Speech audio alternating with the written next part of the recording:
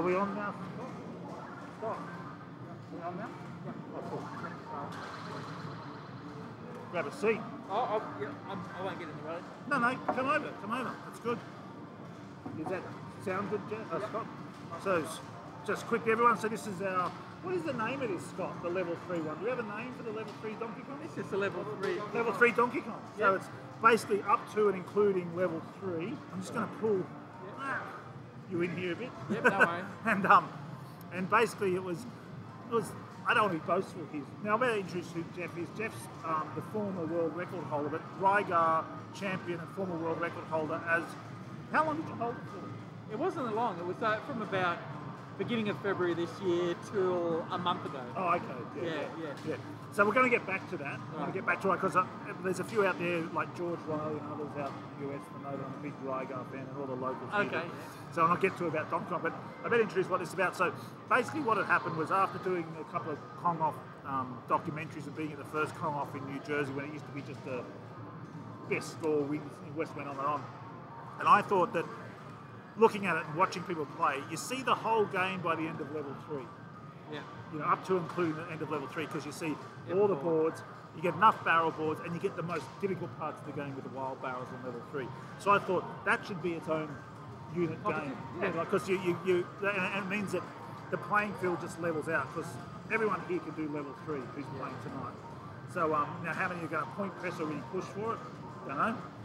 Whether people are going to pick up the bottom hammer or sack lives, you know, on the rivets, you know, they might. I think they will. I think most people will have a few lives up their sleeve. There's going to be a lot of people that don't grab the bottom hammer. Yeah. They're just not used to grabbing the bottom hammer because they're running boards like myself. So, you know, it's going to be a bit alien. You're going to die early. Yep. So you've got to work out whether or not you're going to take all your men to level 3 and then, you know, try your best to get as many points and replay and sack your men there. Yep. Or if you just, you know, die along the way. Yeah, you know, trying to grab level 1 points. Yeah. Well, that's the thing there is. So, you know, unlike normal, regular Kong Off, like the need to pick up the bottom hammer, it's not always there. There's no real push for a kill screen. It makes it much more difficult. You really need to run boards, but here there's a bit more overall strategy rather than tactics throughout the game. What's going to be my strategy? Because you've got to go in and commit to it, you know? Yeah. But what I was going to say, Tagstar, so I was just online there, Sean Tagstar, Sean Tags, he should be here. yeah, he should have been here. A few people didn't make it. The players at the moment is Danny, I can't pronounce his last name. Fazzacari. Now he's from Basically, Tassie, Simple Dak on Twitch. Yep, and so Danny made it up from Tassie, and of course John Tannehill's a local boy in Brisbane. I managed to get through from Melbourne, luckily, and I slipped through. I got through just before lockdown. So anyway, so we're going to miss a few players tonight, but Greg Pell's going to be here from Melbourne, but a lot of the other crew like Jack Filippi aren't going to be here, unfortunately, and a bunch of others. But getting back into you, Jeff, about that was close. Danny did well. He probably knows, you know, they know those spots, I guess. But you've only just started playing DK, haven't you? Yeah, DK. I started playing. I pretty much I never really played. It's something I missed as a kid, and then I started watching Matthew Tecchio play. Yep. In April, basically, I said, I'm going to give this a good go and see how I go. Yep. And I wanted to track my scores through DKF, so I lodged my first PB, which was 140, Yep. which is when I could get past level 4 springs. Yep. I thought that's a good time to start tracking scores. Yep. So I've been playing for 3.5 months or 3 and a bit months, and current PB is like 769. So that's pretty good. 769 in how many months? 3.5. 3.5 months. So you're that close to a kill screen. So are you falling short of the kill screen, or are you just pushing the score more rather than letting it? No. I'm running boards and I'm trying to get a kill screen. Oh, okay, yeah. I just, there's always unfortunate moments in a Kong game, and then there's some silly moments that you do by yourself. I don't know why we've lost the screen there, but anyway, I don't. My biggest issue is actually just stupid deaths early on that I didn't need to die. Yeah. So I'm pretty confident I'm getting my own cab in a couple of weeks.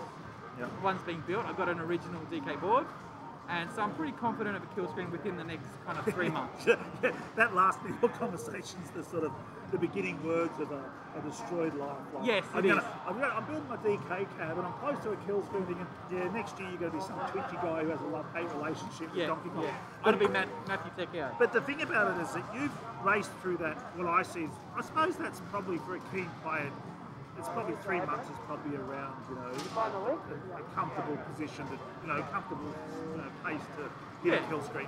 But I've had a few conversations with people thinking that because there are people out there who have views on classic arcade game which I'm not in agreement with. So because I'm in the middle of doing this writing, so I've been doing research, and I've got two views on classic arcade game. One is aesthetic. Yep. So the aesthetics of the game is classic arcade games tend to be like DK, they have a black screen, colour at the front. Static black screen. Yeah. So Asteroids, Space Base, Galaga, Galaxian. You think of all those ones like Defender, Scramble, even ones with lots of colour. And there's a few that don't, like Time Pilot and stuff later on. Ghost of Goblins still has the black screen.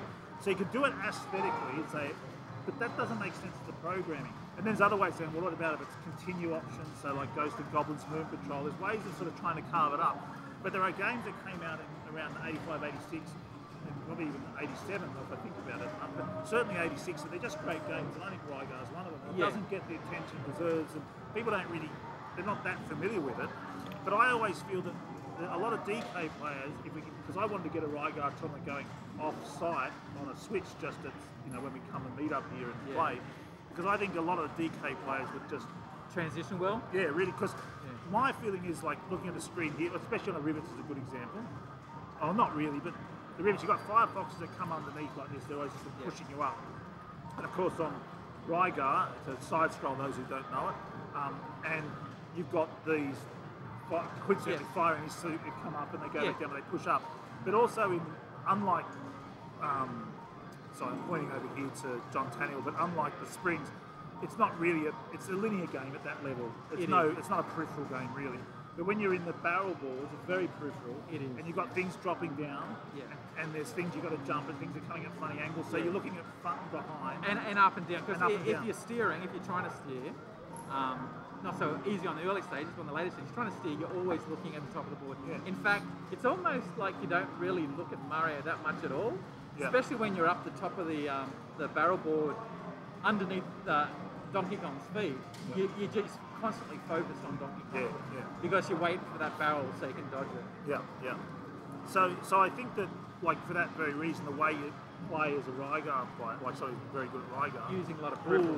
And he just popped that. It's all good, Danny. Keep going. That was unlucky for Danny. But for someone like who plays Rygar, like coming in, you can see on the barrel board, which is arguably the biggest part of the game. Yeah. It's got the most boards, hasn't it? Most boards, most amount of point when jumping more barrels. Whereas, the pie and of course springs, especially springs, there's not much you can do. You basically get in and get out. But so much practice is done playing the barrels and grouping that. Yeah. And Rygar has that same sort of up down. It's not a comparison of what's harder or anything like that. How you begin to play the game and how you see it. Yeah, how you see the screen, maybe.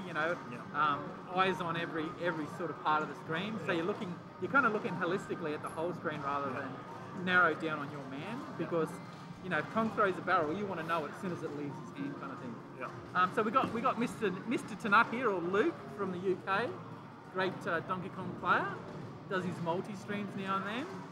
Pelly, Pelly obviously. Yeah, he's on his way. So he managed to get through from Melbourne because he was coming via New Zealand, just coincidentally, he was in holidays over there.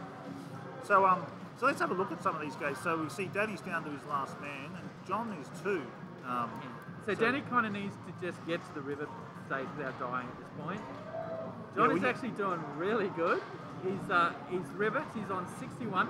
So 60,000 is a pretty standard score for level 3, the end of level 3 when you're playing through normally. Yep. So you've got to try and maximise those points. We've seen in practice, so we've seen Tecchio hit 98, and he said it was a bad game, but he always does.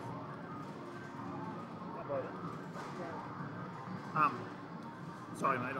You're right. You can use that. I made them. They're just stickers that I'm not using anymore. Oh, no, I won't do that. Or maybe I will. That'll be fun. I'll use that. So I just want to get some initials down here. So JT just for score, so we can look at case we just want to. Anyway, so yeah, so we're at the end of level 3, aren't we? Yeah, he's likely to go probably 68k, I reckon. So what are you calling? You're calling a level 3 end game good score as well? A good score? Well, an average score, like a decent score. If it's for the level 3 comp or just running? Level 3, running boards. I think running boards, 60 grand is a great level 3. Or a 60k. Yeah. And what do you reckon is for this though? For this, I think you've got to get like 80 is a good. Yeah. If you're at the level of the techios, you're looking at 100. 100, you reckon? Yeah. Is that what he's doing? He did 98 just before in practice. Oh right, okay. All right, there you go. So level 3. So there's our ranking. So up to 100. Yeah. We've got 80, 60, and 100. All right. So now we're just in. This is what are we in? Is this actually? The tournament's begun, hasn't it? The tournament's gone. This is it. So this is Danny from Tassie. He's still got another board to go. He hasn't done his rivets yet, but he's got no men left. Obviously, John went right to the end of level 3, and he's got his 68,300. Yeah. So that's an admirable score there. So I was going to ask. I just lost my train of thought then. I was just thinking about something. Sorry. I can't think of it now. It's unusual for me. I just was watching Danny jump through that thing, and we were talking about the peripheral vision and translating. No. Just about scores, and I was thinking. Right. Something about 100,000. I don't know. I'll think of it in a second. 100,000, yeah. So normally, like, if you get 100,000 at the end of level 4, which is the start, for running the board player, that's a good start. Yeah. It's 100 grand. Good players get like 140 plus. Yeah. But you got to remember we're sacking all the men. All the men get sacrificed. So if you get there to sacrifice, that's right. Danny's got none left at the rivets. That's right. But you know, it depends on how good his points were before he died. If he got right to the end of the board and got lots of points for the board, then that's a good death for this. Yeah. If you get hit by a wild, down the bottom of the board, that's not a good death. Yeah, that's what I was going to ask you. So now that at the end of this, what we're watching here, because even though I said let's do this, I said to John Tannehill and Jimmy, you organise how you want. So this isn't a knockout. If you lose 2 games, you're out? No, if you lose 2 games, you're out. So it looks like Danny's actually, even though he's been slower to finish, he's going to and he was on last man, he's going to finish higher here. He's going to get 70, which is great. And he's still got a hammer and quite a few bonus points to pick up here too. Well done, Danny. So now here we go. We've got active matches. Yeah, now he's got active leeching time, so that's great. So the artifacting. That's in the video card. What's in the video card? Hey, shenanigans, Sean there.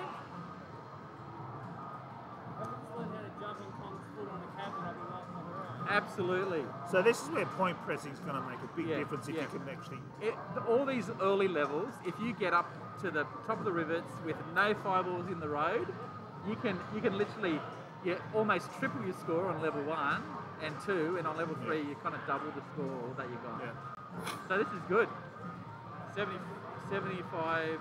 Oh, what's he going to get? He keeps on 76. It's good. It's good. Are we going to see 80,000? No, it's done. That's it. Oh, there you go. That's the end. 76,500. There you go. Danny will be happy with that. Yeah, you look pretty uncertain there for a while. He was at the start. That barrel was pretty nasty. That was like big. All right.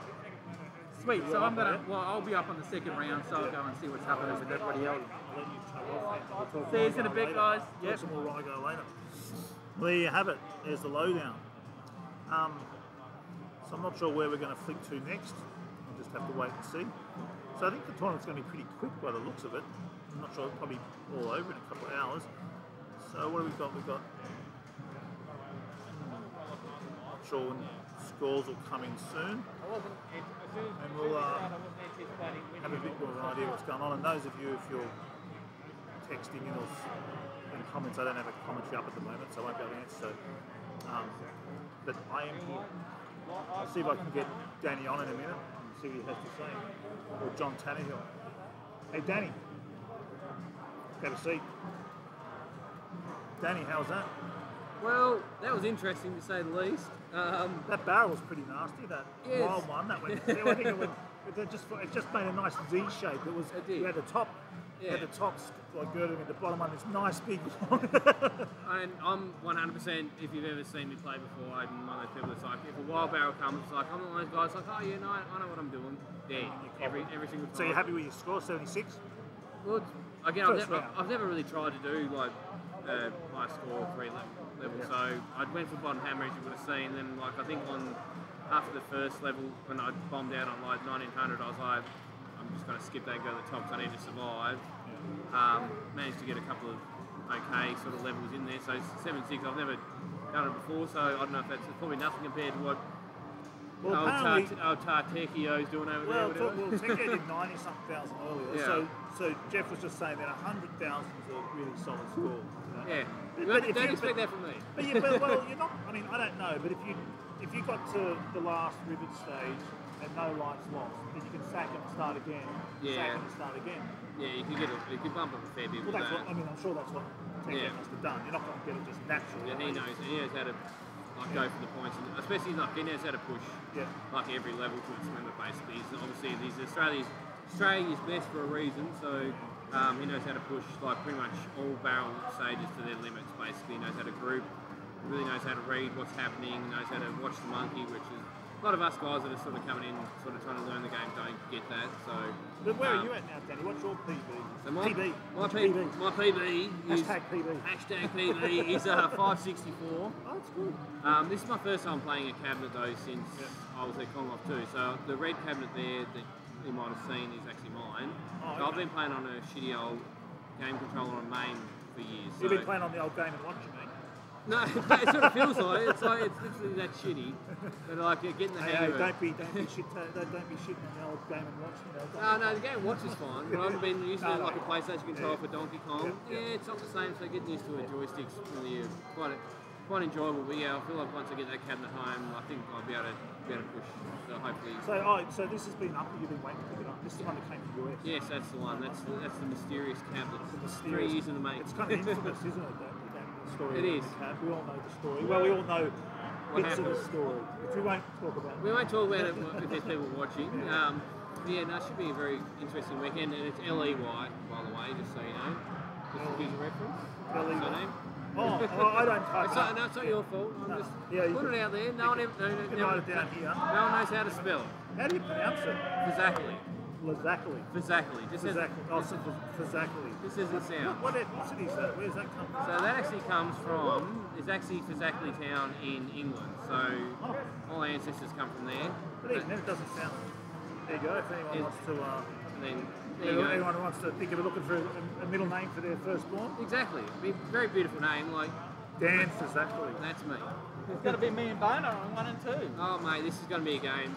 So Yeah, spell it for if you. anyone who's watching who doesn't know, a little bit of a rivalry, like we call it I just rivalry, don't know. it's Don't worry friendly. about it. So Boner and Jeff started playing about the same time in April, and they're both actually going to go 1-on-1 against each other in this next I see level Kibby. 3. So Where's Kibby? Why isn't Kibby here? yeah, keep it please. Yeah, come on. And he's sack on rivets, Phil, please. He's doing.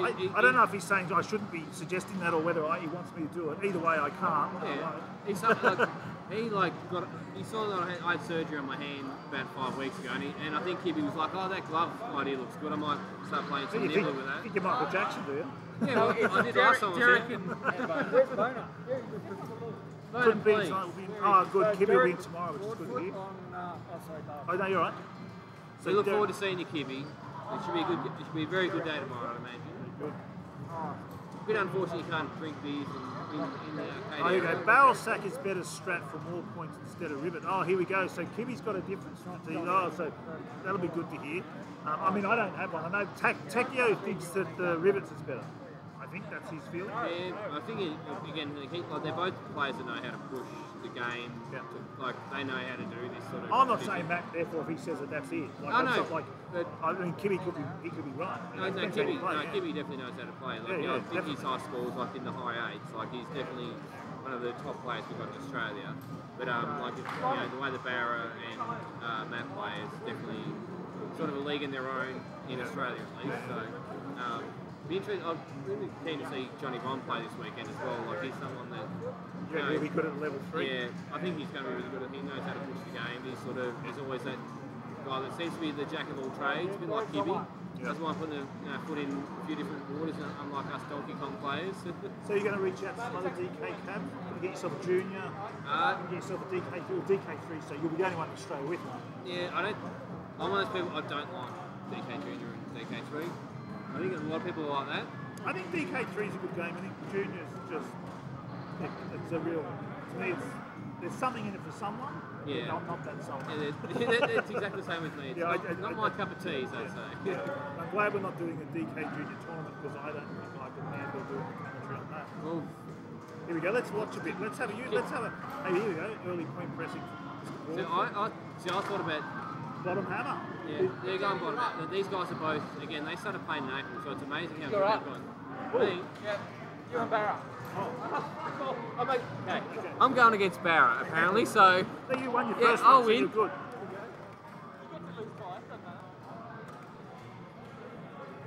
Hey, Dennis. Hey, Phil. Mr. Double Dragon. Have you played yet? Yeah, I played early. I played against Michael. So what'd you get? I only got 10,000, so still Is that warming good up. for you?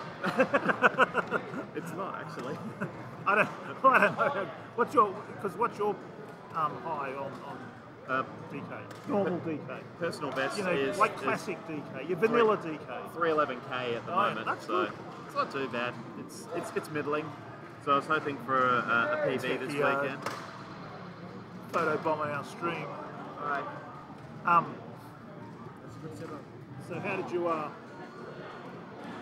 find it? Not that It good was- at it was good. 10,000, I suppose. It was good fun. Yeah, I think we were too busy just laughing and jerking around, and then instead of concentrating on playing the game. That's what I reckon. Like the novelty of the idea seems there, but I think taken seriously, this is. I reckon it'd be a for me. I think it'd be a great track to really, as it comes down to Yeah. at the moment. This is just the first round. You wait till as it gets towards the end, how much more serious it Oh, gets. yeah, You watch. At the moment, it's like, oh yeah, I've got extra lives. I haven't that's lost right. the game yet. That's And then when they're on their second one and they've lost one already, Exactly. oh, they'll tighten There's- up, and then they think, oh, I've got a chance. Because what's the pot for this? Is there anything? Is there any money? I don't know if there's a winner's purse for this, but Just pride. I think you're right, Just though. sheer I reckon it'll be interesting to actually bragging points.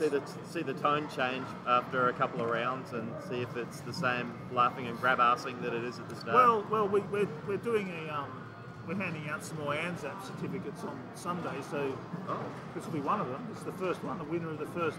We don't really have a name for it. It's just called Level- DK3. Level 3 comp, yeah. Yeah, level 3. Or maybe it's just level 3, LV. Well, how do they write it for this? L3, L3. yeah. L03. Maybe it should be L equals 0. 03. That's I like a bit that. too much. I like that better. L3 sounds a bit like E3. So who have we got? Hey, Kibby. Here we go. So let's see what Derek's going to do. More of the same. Yep. He's passed you already. So Michael's a couple of lives down at the moment in the same spot. So what have you been up to in the world of arcade games? We were talking before, actually, before you answer that question, I'll ask you something else, sorry. Sure, shoot. Where do you cut off the classic period of video gaming? I have my own views on this. I was talking about before. I have one that's aesthetic, which is the look of the black screen and colours to the front. Then you get things like Double Dragon don't have that, so it's a shift away, but does it feel, I still think it falls into the idea of classic arcade game. There's people who are vigilant about this, that it's not, but it's still an arcade game in my mind, just because it's in a slight isometric graphic punching kind of game. Yeah, there have been discussions about this on Game the System Discord. We were talking about it comes down to generation of hardware and processor for us. So from the classics to the next generation of games came down to whether the hardware had the 68,000 processor in it. And so after that, anything what onward, processor? I think it's a Motorola 68,000 processor. I might have to which was- interview you later on for my thing I'm playing. which it allowed more in-depth graphics and different. So what was the first game? What's one for that? Like, is Marble Madness Because it's a classic Yeah. arcade game. Yeah, Does I'm it have pretty it sure in it did. Yeah, but I believe it does. Yeah. So do you include it in like yours? 3D scrolling? I'd say so. Yeah. Yeah, so it's a I'd say. classic game for you. Yep. It's Double Drag. Around 1987. I think it falls in sort of into the next generation of games. What year was Marble Madness? Do you know? I'm not sure actually. We can always, if we were really high setup, we could just say, oh, we'll just get that into the computer. yeah. But we don't have that. We have to do it old. Well, it's not old school. It's pretty quick, really, isn't it? Right, Marble Madness. Hey, if someone can beat us to it on the stream, that'd be good. Marble Madness. If you know off by heart, give us a guess. 1984. What's going good? 1984. Yeah. Derek Broadfoot has got to be one of the most unknown talents almost. Yeah. Like he's not an unknown talent. We all know him, but he just comes along. Yeah. He's good at Unassuming player. Yeah, he just comes in. He doesn't submit scores. He's so good at Consistent. games. And pinball too. He is. Yeah. He's good. He knocked me out of AAC in 2019. Yeah. Foot. I was up against him in Time Pilot. Geez, 2019 sounds like so long ago because of COVID, doesn't it? It's gone quick though. The time pilot. I was there for it. But yeah, like he's just very good at games, and he doesn't submit. He doesn't. I don't even know if he owns any cabinets. Yeah. His Donkey Kong cabinets in the Oh, he has lineup. a DK cabinet. Yep. Does he have any others? Yes. Oh, there I you go. think he's Well, got this is probably a he's secret to why he's he's got good at he's got a Gallagher cocktail. Oh yeah, he's good at Gallagher. So he's got a midway cocktail cab. Well, I've been putting something together for a while to try and entice players like that to start submitting higher scores. Because he should have a score easily 4 million bucks. Easily, he just got to do it. But I suppose if he doesn't want it, he doesn't want it. Hey, Alan. Alan couldn't be here. Muscle and fitness, COVID, a little bug called COVID kept him away. Big Al.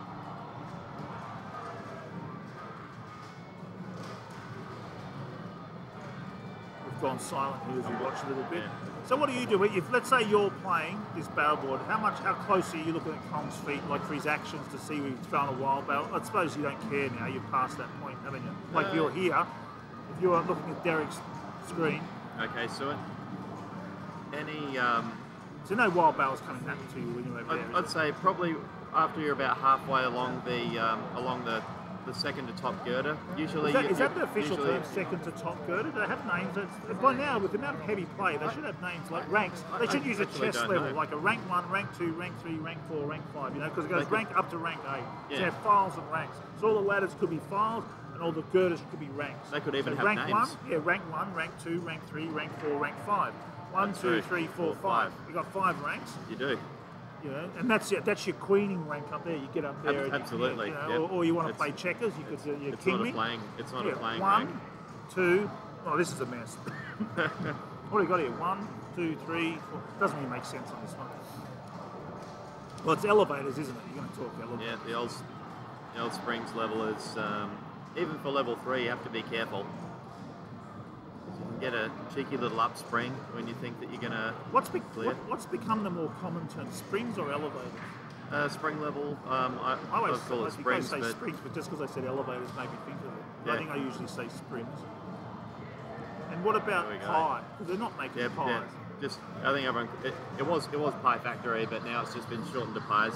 Yeah, but their bags are cement or something. Yeah, I think it's actually meant to be a cement factory, but everyone calls it Pie Factory. I'm very happy to be corrected on that, by the way. Twitch Universe. Who's that? Who's saying Alan equals real Trent, Matt equals wannabe? Absolutely. Who's that person? That's Mr. Nut. Who's that? How are you, Nut? He's a Donkey Kong player. Is he here? No. Just sitting. You're United States, aren't you, Nut? Someone's yelling out back. So how are you, sir? Here we got Derek on the level 3. Just lost a life. I missed it. I don't know what happened. And now he can start second lines. Michael's finished.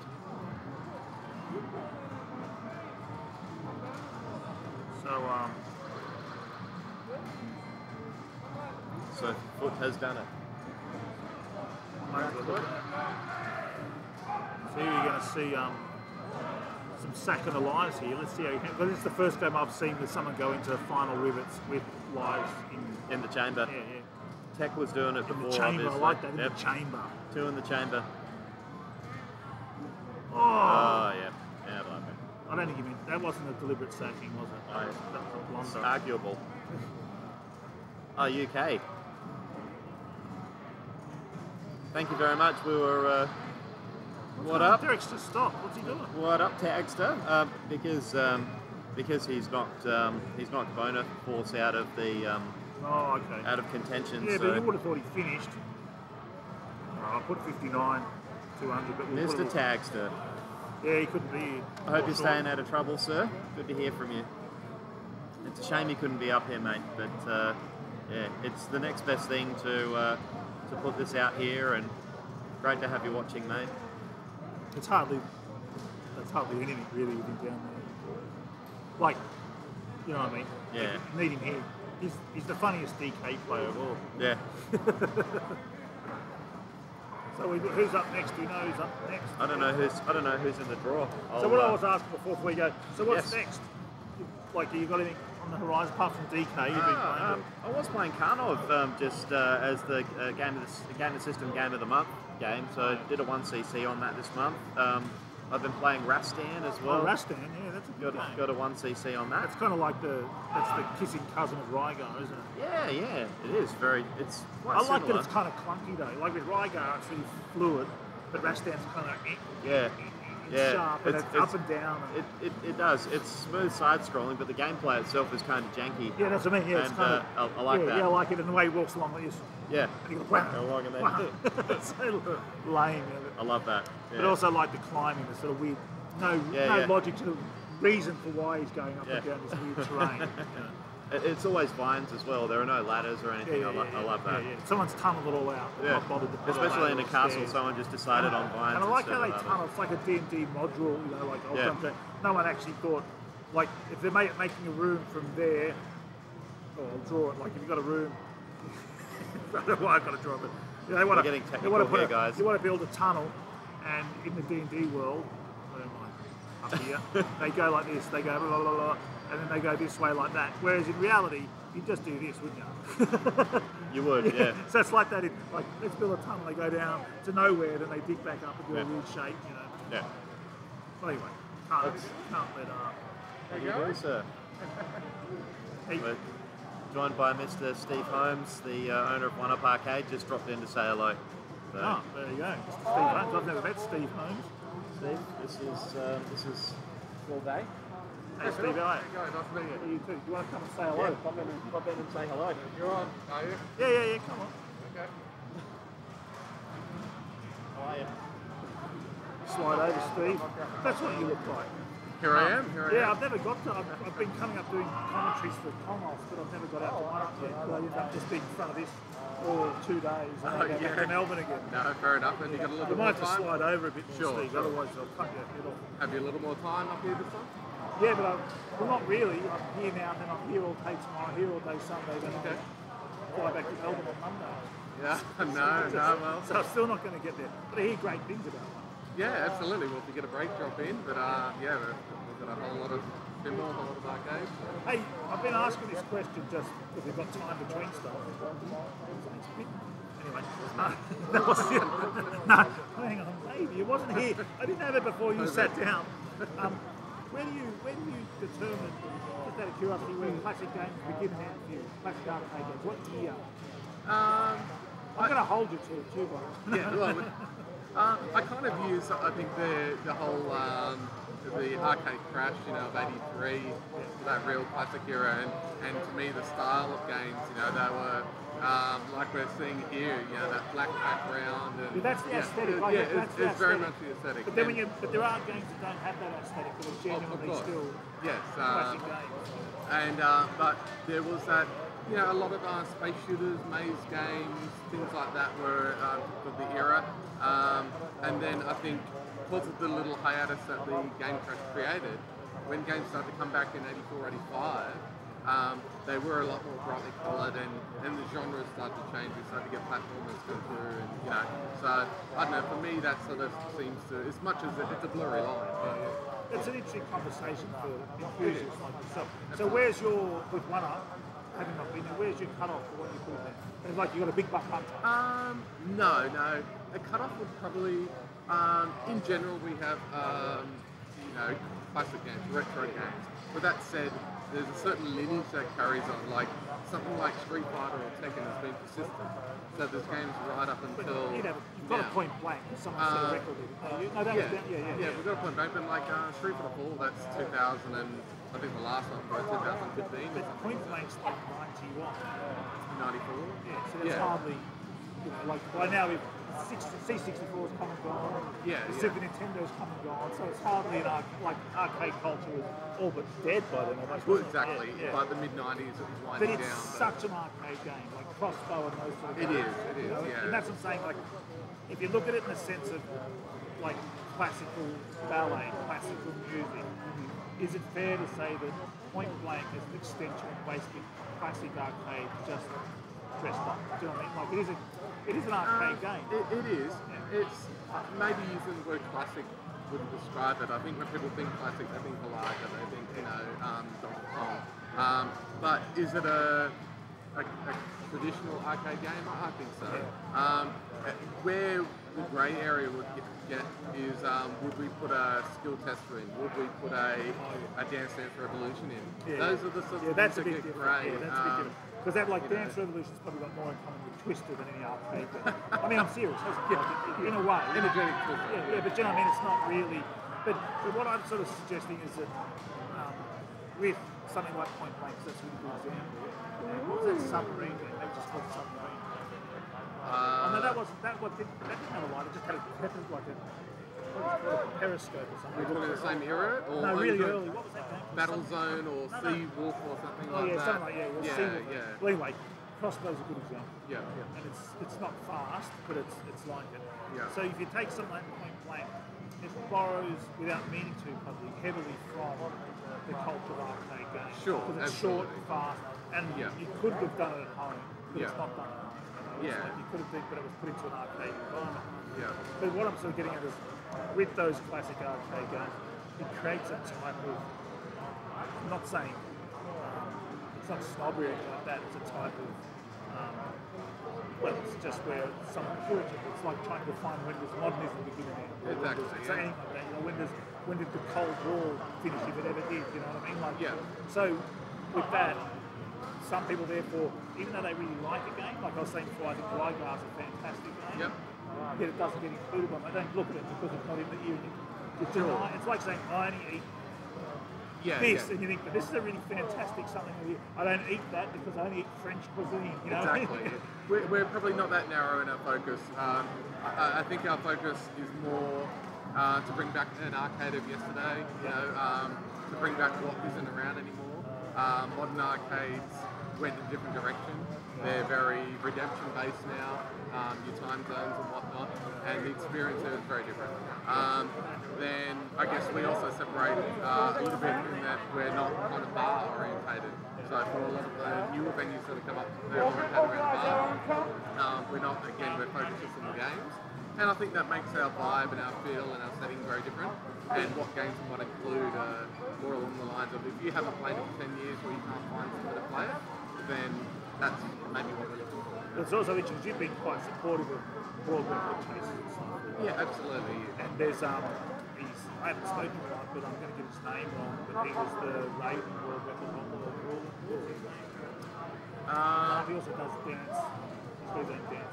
Yes. That was Jesse Bogey. Bogey. I don't know where it was. No, who rules in Germany. Yeah. So, but Jesse Bogey was one. Yes, and absolutely. So was Dennis, wasn't he, doing Double Yes, Dragon? Yes, Dennis and Double Dragon, and DJ with Street Fighter. There's a whole slew of and it's players interesting and that records. it's interesting because you have that broader, well, not what I would not, it doesn't, you've got each of those games, that those guys are coming to you, and the whole idea is, I mean, to get that culture, because it's so small anyway. Yes, it's to try and cut it down and go, oh no, it doesn't seem very healthy to the hobby, Yeah, and anywhere we can be inclusive, anywhere we can have people come in and play games or try something new they wouldn't have, then that's succeeding in our eyes. If someone can come and play a game that they'd normally never play, or it's outside of their sort of wheelhouse, that's great that we try something new. So you are just quick, because you've got pinballs and arcades, so you probably want to get on with it tonight and talk to me forever. But you got any faves? Well, not even fave ones you think are just really. It's not a.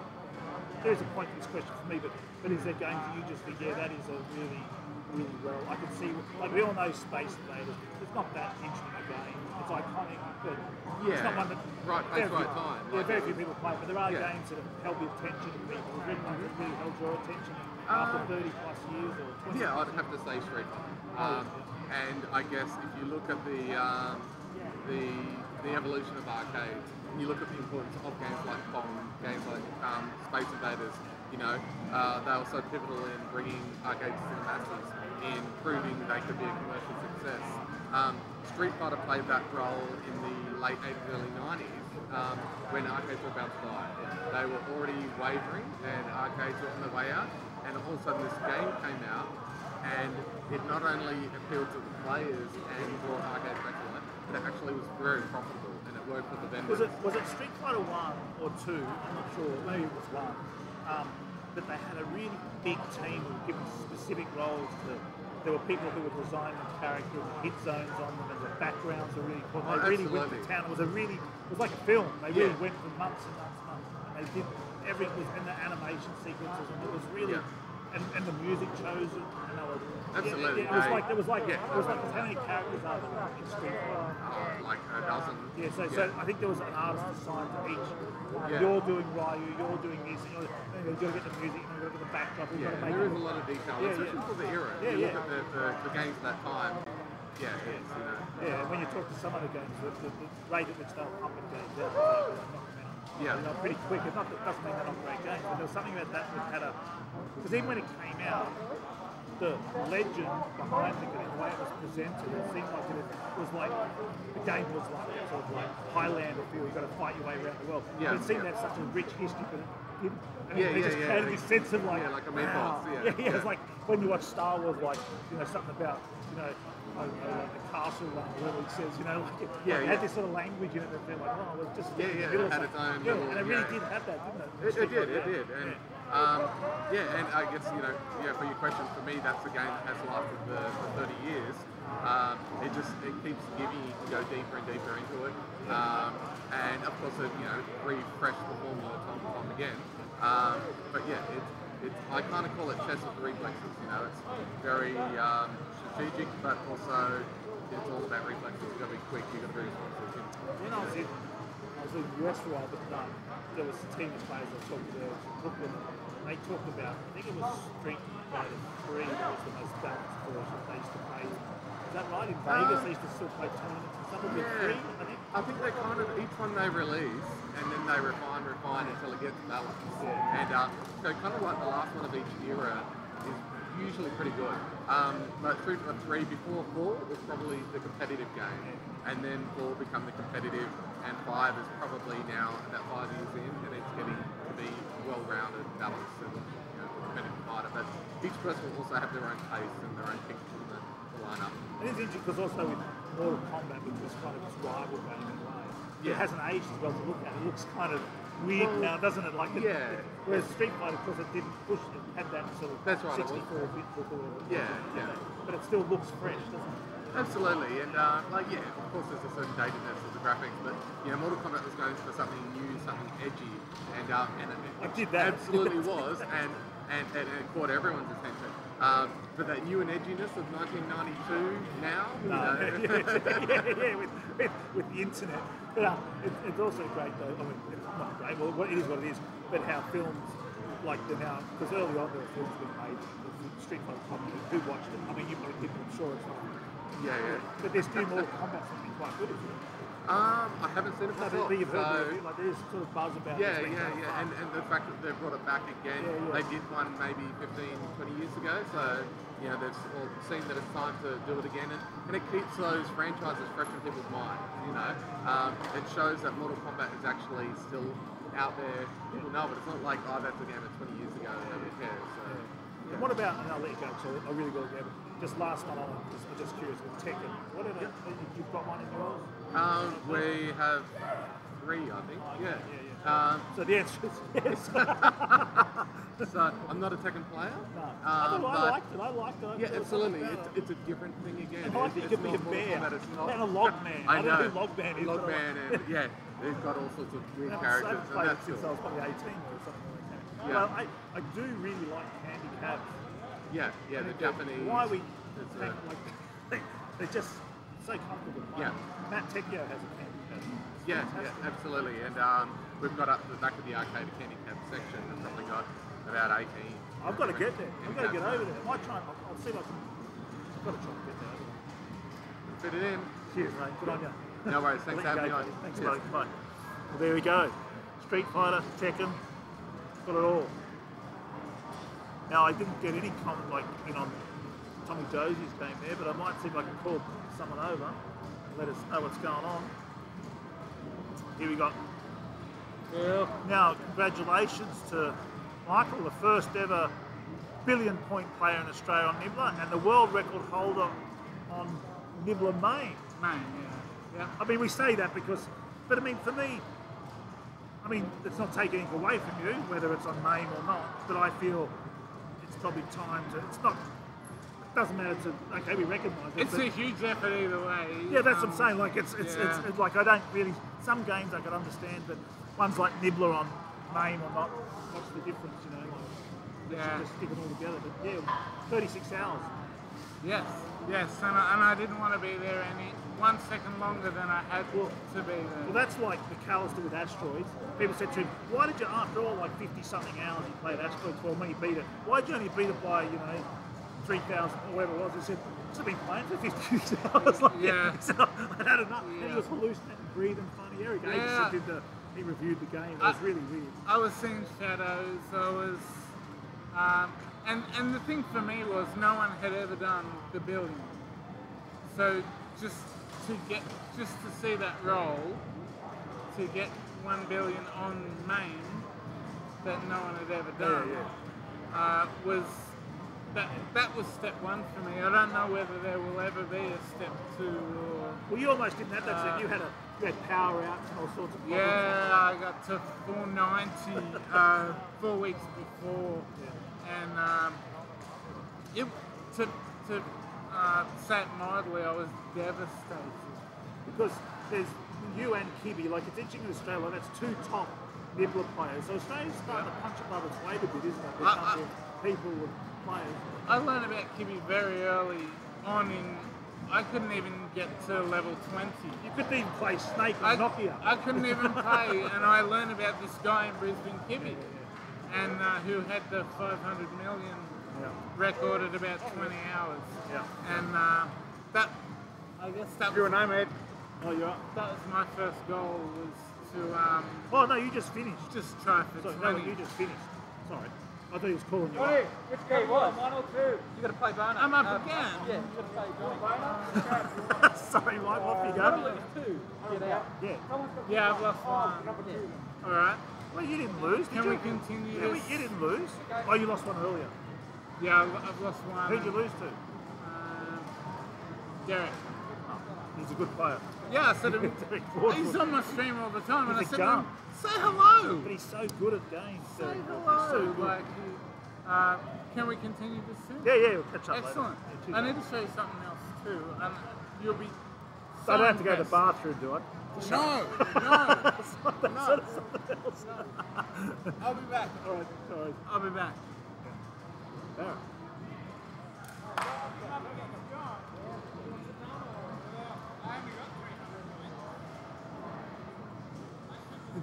Dragging over Andrew Barra. How was it, mate? I know. Who are you? Bono?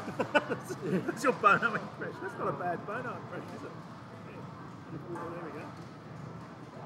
What's that? Is that Hey, like mate. the fly from Go to Sleep? And you could be the edge. Could be like that.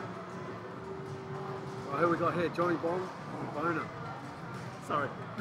How was it, level 3? Did you have fun? Yeah, it was good. We But- both got to the end of it. What'd you So, get? What was your score? I had 77 and hit another light, so I could have maybe sacked it. Who were you playing?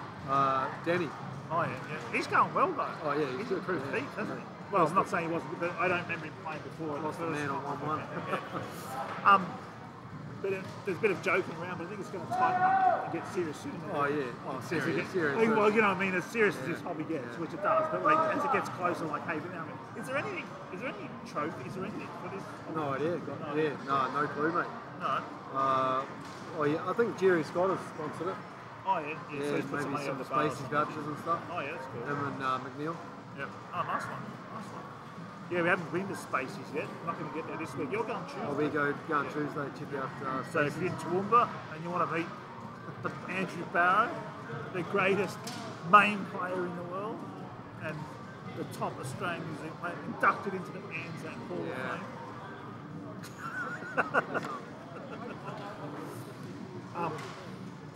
So what are your plans for the con-off? Just run boards, I think. You're Get a just score gonna run up and then. You said you were struggling a bit on the joystick. Yeah, on the just, keyboard. yeah. I find it really tough, eh? Do you reckon that's just too long away from being able to play cabinets? Just not used to it. Like, I'm already getting a blister. Oh, really? When was the last time you played? Last con-off? Yeah. That's 2 years. Well, maybe dinners in like a year and a half ago, but basically 2 years. But I'm already getting a blister from like 20 credits. Mucking around, yeah. So I have to put a plaster on it tonight. It's funny you say plaster. My daughter says plaster because is that a New Zealand? They say plaster. No idea, that's what they are. Yeah, no, but often people turn to the sort of the Band-Aid as the product name. But she grew up in UK and they call it plaster. Oh, maybe the British thing, yeah. Maybe. Anyway, I just thought that was interesting. Yeah, So for those who are, for those out there who aren't as educated as I and Andrew Barrow, a plaster means a Band-Aid. Yeah, so it'll be interesting. I reckon for me, this will be an exciting con-off of the three I've done. Yeah, it'll be good. Looking forward to it. Yeah, it'll be interesting to see what people's strategies are. Especially- The setup's actually pretty good, considering great setup, masks and all that sort of stuff. It's in the bar and that, you know, it's not too far away from where we are. There's So 12 cabins. 12 cabs, yeah. So that's, won't be much lining up, I don't think. Nah, shouldn't be any really at all. So there's a few people missing, though. Yeah, be a good half dozen probably, at least, yeah. And of course, Alan Stall. Yeah, and Alan, yeah. A few people Some missing good and people Alan in as well. But yeah, but I suppose it won't make any difference to the competition in that sense. But just for the sort of social camaraderie and stuff, those who couldn't get in from Melbourne. The qualifying score will be lower though than what it could have been. Could have been like 600k plus, but might still be around that 400,000 or 500,000. Yeah. Pretty good. But ultimately it comes down to the race again. Like it's a good game. If it's a tight game and it only ends at 300,000, do you know what I mean? If people lose it at the same pace and competing, that's what you want. I don't really care about the score as long as it's close. Yeah. Oh, it will be. It will be. Yeah, it'll be good fun. So here we go. What do you reckon? So who we got? Boner and Johnny. Yep. They're just running boards, I think. Yeah. Oh, he's dead. Oh, what was Michael thinking? It's not Nibbler, mate. You've got to dodge those big dogs. Yeah. He's a good guy, Michael. He should have. Yeah, that was a hard spot. One auto steer and then But him and broad jump, should have straight jump. him and Jeff are picking up on real Oh, fast. they've been playing about 5 minutes. And, you know, already 600,000-700,000. So what is That's it? so good. Are they getting coaching from Tekio Yeah. or you? Or? No, not me. No, just Tekio. I'm too miserable to coach people. Yeah, you get too much. It's good that he's, you know, like but it does say a lot about the game. Yeah, he's To made some accelerate videos that and point. stuff, Yeah, and it helps him a lot. yeah. But it does say a lot about the game, like how much is known now that can be passed on so quickly. So I'm not saying the game's easy, I'm just saying It's so definitely much of it's mapped out. It accelerated their learning, like not that, you know, they haven't done it themselves, but Yeah. it still takes a certain amount of skill to be able to do it. Well, who has done it themselves? Alan, I mean, people have been coaching Alan Starr for 10 years and still can't get millions. well, I think it's fair to probably say that. I mean, I don't know, but my guess in my conversations with people, because that's what I do best, is just talk to people. Yeah. But I think it seems to be that the biggest innovator is probably Savio. Oh yeah. Yeah. Having So a he Ross did it. Benz ago, Yeah, he stood on his own shoulders. You Yeah. know, like from what I can tell, because a lot of other people sort of borrowed so much from Savio. Oh yeah. Those two guys developed the strats for the big scores that we see today. The grouping, that was Ross and Dean, and the people are still using it today. Because I mean, apart from low voltage. Yeah. That's another subject. But it's but seriously, like I don't. Is there any apart from just sheer skill like that Robbie and McCurdy display and those guys? But has there anything been found for extra point pressing since really? Well, not really. Just like efficiencies, I guess. Yeah, that's what I mean. Like There's no better strategies. Yeah. Even the Garnicus jump was known. You know the double jump they do at the top of the barrels. Yeah, I don't know what's happening there. Yeah. You know the double jump they do at the top of the barrel board for 200 points. Oh, you bounce off the wall. No, you jump a barrel, then back jump. You know. Oh, yeah. Even that was known back then. Yeah. It was only utilised like in the last few years because you need those points now. Yeah. But up until a few years ago, you didn't need them. It was just a survival. Like Dean didn't do it in his 1.2 game. It was known. But is Dean still playing at all? yeah, he fires it up occasionally on Twitch. He's still an animal. Like he can still throw up massive games. It'll be just muscle members all built in. Wouldn't it? The amount of he must have played. The amount of knowledge and that stuff that guy has. Hey, Unreal. and what about any news? Is McCurdy been playing? Is he chasing the score, or just Not sure. Yeah, he might be playing on the island, but like in private, we call it on the island. Yeah, secret private island. Is he actually a person? He could be a bot. Yeah. He could be just this Well, the way he amazing plays, machine code. he's a machine. Yeah, Terminator. But who knows? Yeah, I don't. He probably is firing it up every now and then, but I think he's got some stuff going on. And he just does this thing. You know, he doesn't give a shit about anyone else. You know. He'll play when he wants to play. Well, I was talking about how good Derek Broadfoot is as a player. He's just such a relaxed. Like he's here for fun. Yeah. Like has he ever submitted a score? I don't know. No, But he's I good at didn't know pinball. if He's good at arcade. And I was watching him play. He's very good, isn't he? Oh yeah, he's a good player. He just does his thing. Moses on him. Makes no fuss about it. Yeah. And what are your thoughts? Sack your lives on the rivets or on the ball? It's hard to say. I think. Kibby's saying barrels. Tekio's saying Yeah, but then rivets. you run the risk of if you sack on the first barrel, you run the risk of dying straight away. Never gets rid of it. And then you don't get the points for the pie stage and the spins and the rivets. So it's almost better just to take your lives through, unless you're behind. Because this being the first time it's been run as a tournament. Yeah, take your lives to the rivets. And just, well, maybe sack one or two, but don't sack them all. Yeah. Because it is a. You're not going for high score, you're going for consistent points. You know? I was saying earlier, like this is a format that's begging you to go in with an overall strategy. Yeah. You know, like what are you going to do? Because you're not going to do it on the fly. Yeah, I tried that, didn't really work out. but you know, there is one that's saying, right, I've got to be here by here, and then at the end I've got to get to this. You know, like Just get those consistent points and just try and survive, get a few points along the way. Did you pick up the bottom hammer? I'll let him win, by the way, boys. Yeah. I did, not on all of them, like.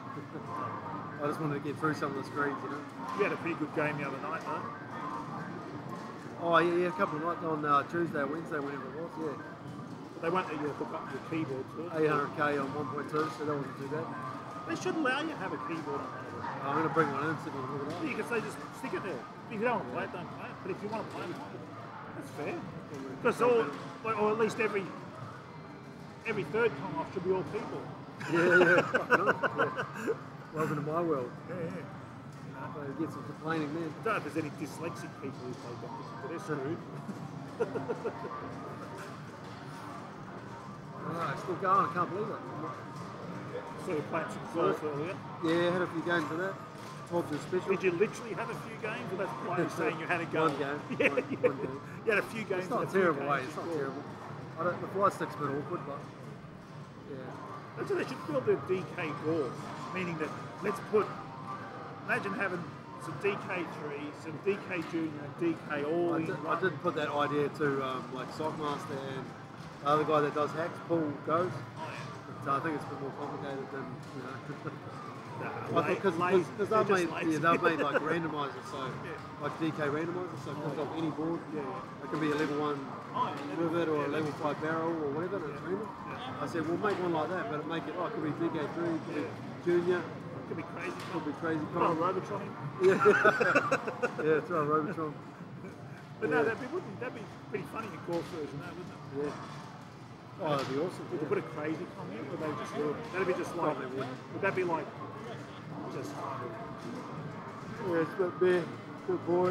yeah, it'd be kind of like, I don't know. but DK's like hideout, and then a DK3 board, and then a spring, and it's pretty crazy actually.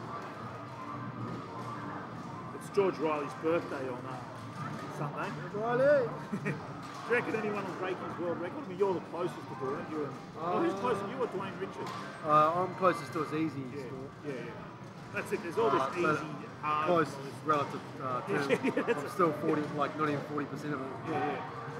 I was saying to Jeff Rygar, what's Jeff's last name? Sutter, I think. Yeah. Sutter. Yeah, because he's talking about his. And I said the problem if you put a monster score on like George did, he deliberately put a monster score on. He said, I want people to respect the game and like it as much as I do, which is a fair enough point. But he's got such a big score on that it's so daunting.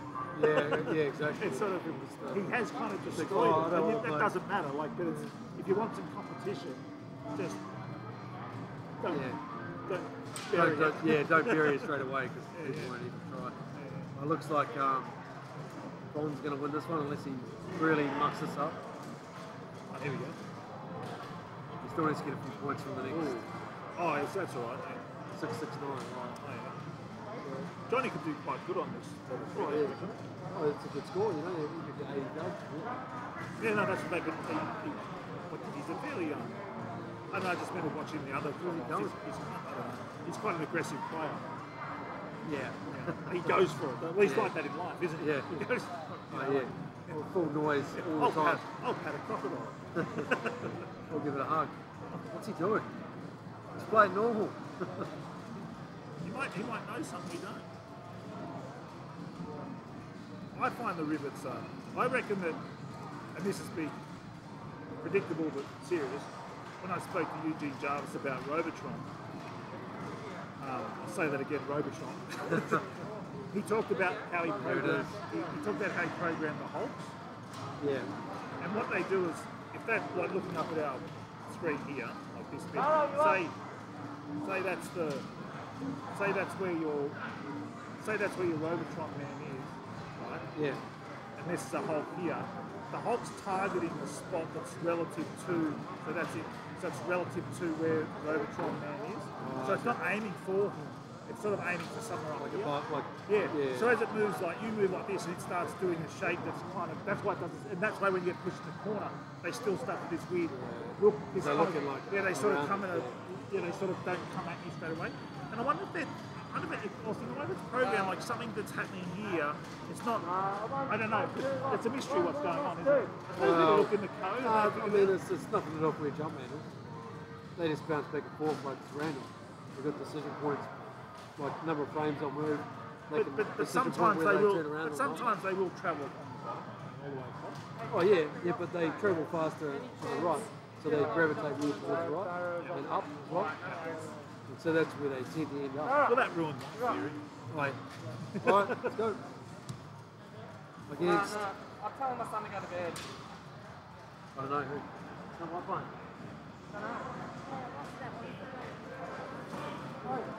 Hey Neil.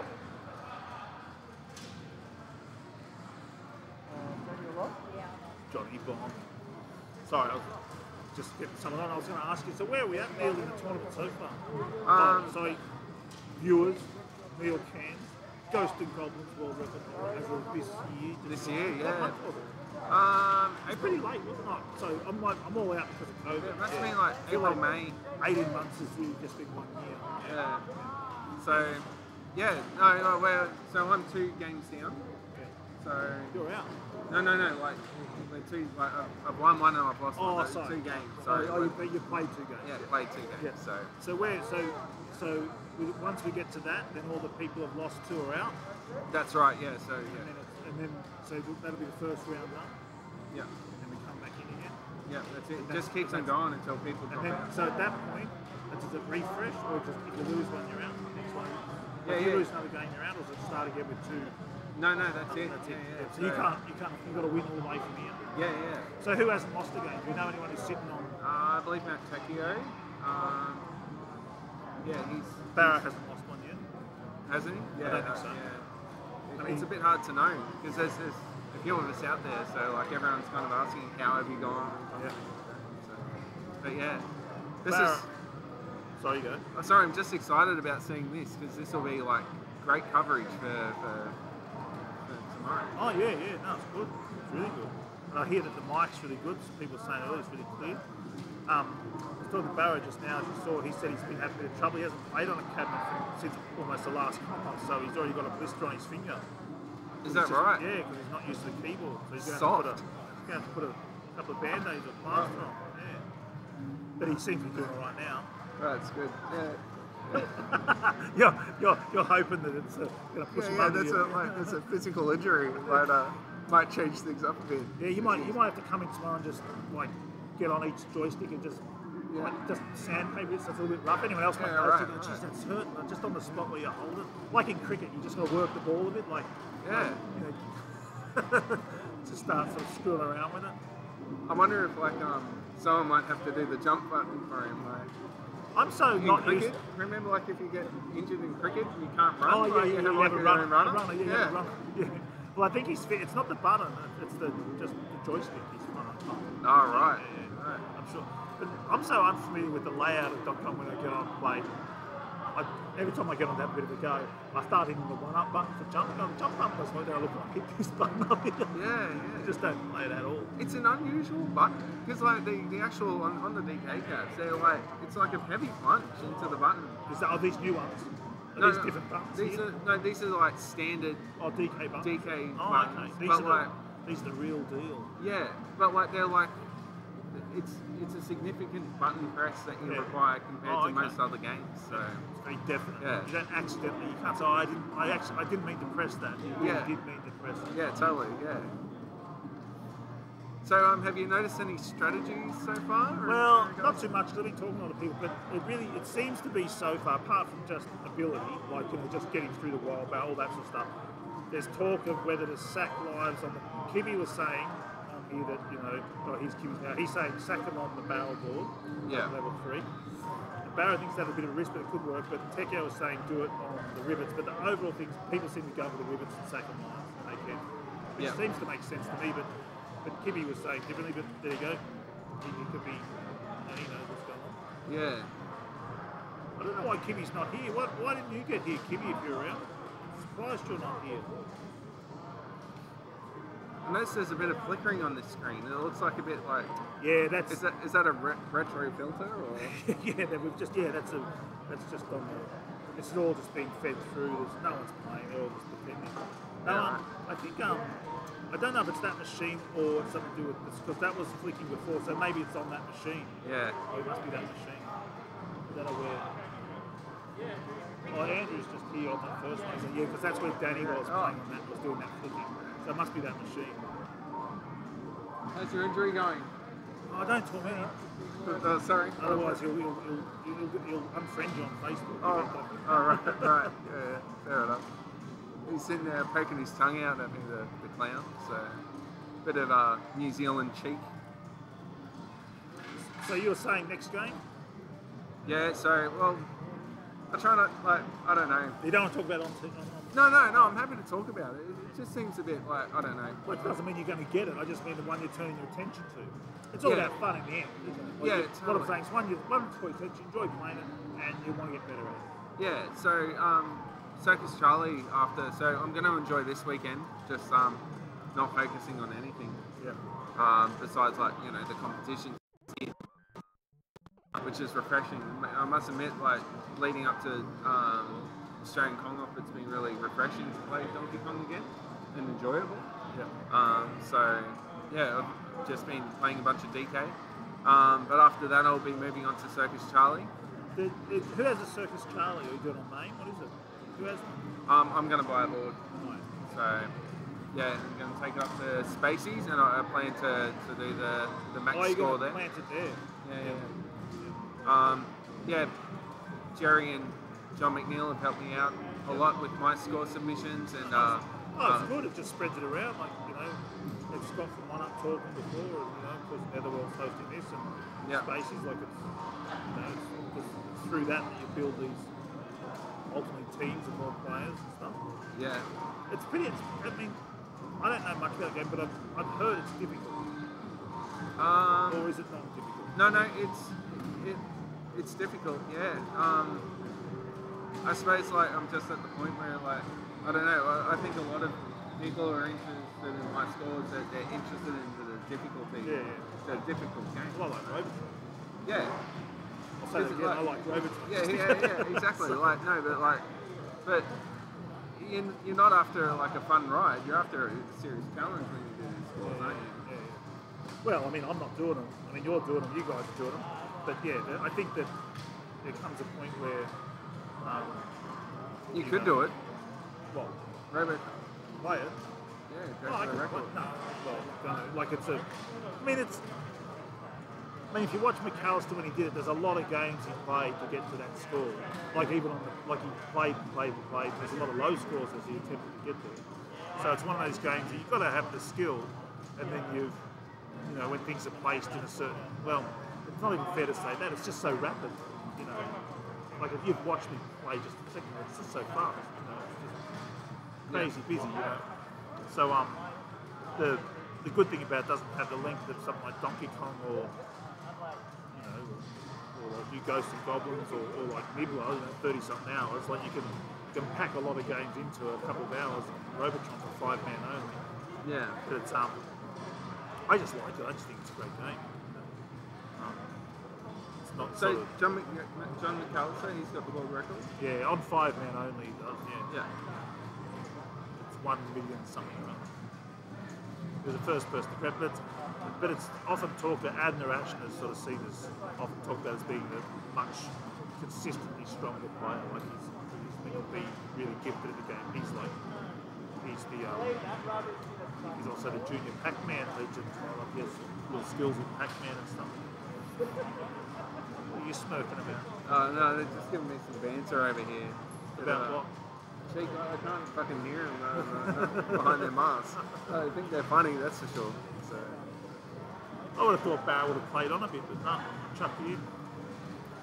Must be waiting for the next round. That must be the end or something. Yeah, well, it looks like Barrett. Luke just beat. Barrett just beat Luke. Oh. Man. Yeah, well, it's certainly a lot quicker than the Commonwealth, which we knew it would be. Yeah, of course. What was your Ghost and Goblins? What is it? Length, time?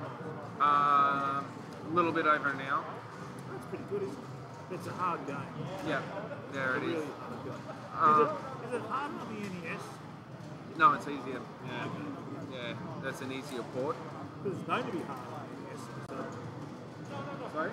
Well, it's known to be hard on the NES. Yeah. So the arcades really. I mean, I remember playing as a kid. It's really hard. Yeah, and that's what drew it to me. But it's when I spoke to Robert Burchek about trying to track that game, it's really hard to track the scores. Apparently, like there's some. What is it about it? There's some. What's the difficulty there about the scores? Well, because you can point press at certain spots and stuff. Can't you? that's correct. Yeah, so Because you can just sit and turn bird and turn back. But you've got a timer. yeah, you do. Yeah, so the problem with the scores is the one that the track I went for was the 5-man, which is called the tournament setting. Yeah. But there's a rule in place, even with the tournament setting of having 5 lives, that you can't. The rules state that it's not that you can't point press, but you can't do it consistently in the one It's area. like you can't be point leeching, as they call it. Yeah. But that's pretty hard. Like, it's a pretty subjective point, isn't it? 100%. Sort of. Yeah, definitely. So what I did, But why does it matter if there's a timer? Like, you will die. yeah. So because there's one point in the game where you can get that many points leeching this one area, that the scores just go astronomical. But that means that everyone would just do it. So just let everyone do it and be done with it. Yeah, so you could do that, but that wouldn't be interesting. Because like you're finishing the game on level 3. Why are you finishing the game? They wouldn't let you play on further. No, there wouldn't be so you could, but so to complete the game you need all of those lives. Oh, I It's see. too- Yeah. So you just bomb all your lives there. You could just bomb all your lives and get a huge score. That's why. Yeah, So when Robert Merck checked, I didn't go into it. We just talked about it. So then I said, I just took it. Okay, fair enough. Let's not worry about it. Yeah, so like I was really diligent with making sure when I went for my run that I wasn't leeching that area more than the person who previously set the world record. That was always in the back of my So mind. is it a time thing, or is it just kind of a... Yeah, I'll show it to you because like you sit in the one spot, and what happens is you sit right in the middle of like this spawning area of two enemies on your left and your right. So what you can do is you just wriggle on this spot, and like enemies start coming from your left and right, and you just sit there and shoot. So, See, I sort of see, I mean, as it is seen, as the point leeching as opposed to point pressing. Point pressing, there should still be forward progression in the game. It should be moving towards an end. yeah, So indeed, Donkey Kong, because it has a timer, even if you're standing still, Well, if you have a because Donkey Kong has a timer, it's progressing or moving forward. So you can point press because if you keep playing, you're going to die anyway. Do you know what I mean? yeah. But the difference is here is that you can't point press so heavily that you could break the world record by not getting to the end. You're still going to get more points going all the way to level 21. Yeah. 21 is 22. Level 20, 21, I think. Yeah, whatever. Yeah, anyway, You know, yeah. kill streak. But you've got to go. You've got to go up there, at least up around that area to get the world record. So it goes to Robbins with done. You just sit on this. You can, yeah. That's one of the rules that they had to bring in. So what was your score? 1.13 million. And what would you say would be a sort of an expert skill set score? Like if yours is 1.3, let's say that's a level above expert. Like say if I just ran through the board and I could finish the game and not, I got through, finished it, beat a hero, what would be a normal score for me? I reckon about 800,000 would So it's lifted quite a bit higher. a little bit, yeah. So like I would say like if you can finish the game, that would be like the skill set point. And I think that's like really significant or defined. So an 800,000 point game, that's someone who knows what they're doing, definitely. Yeah. And then a 400,000 point game then would be someone who's clearly doing really well. Yeah, It's totally. not a casual player, is it? No. So like so what happens in Ghosts and Goblins is to complete it, you have to play the game through Twice. Yeah. So like by the time that you finish the first level, it tells you that it's all a dream. And you have to start from the beginning in reality. Did you find that like there's a really weak block device? Like a sort of like imaginative? No, it's I understand where you're coming from in that, but It's like it adds to the brutality of the game. Well, the game becomes more brutal, but it was kind of like, yeah, we're not going to program anything new, are we? Let's just run it through again. No. They all do that. They all run it through, but it was kind of weird. They said, just do it again. No, I don't see it as weak. I see it as like that's it. Like you get to that point, and like you can imagine like somebody finally doing that for the first time, just to find out that it's all in like a dream state, and to play the same level over again adds to the suffering within the game. Oh yeah, it's very I understand what you're saying. I can see how you see like how it can be seen as weak, but I see it as like it makes you work even harder.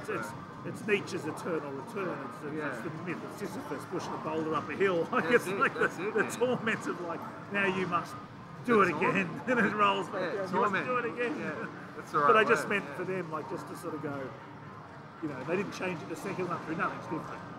No, it's just They didn't sort of say, let's just put an extra something in. Oh, now there's nothing at all. They didn't say nothing. Just, there you go, do it again. Yeah. It's kind of like even George Lucas when he got out his big coloured crayons to write the Star Wars movies. Yeah. Like even in Star Wars, when he got to Return of the Jedi to blow up a Death Star, he said it's only half finished. Even though that was as lame as it was, at least it was something. You know? Yeah, for sure. And he said, we put a shield around it. They have to blow up a base down there, and then you have to, rather than around the edge, we'll go into it. You know. Yeah. Ghost and Goblins, I mean,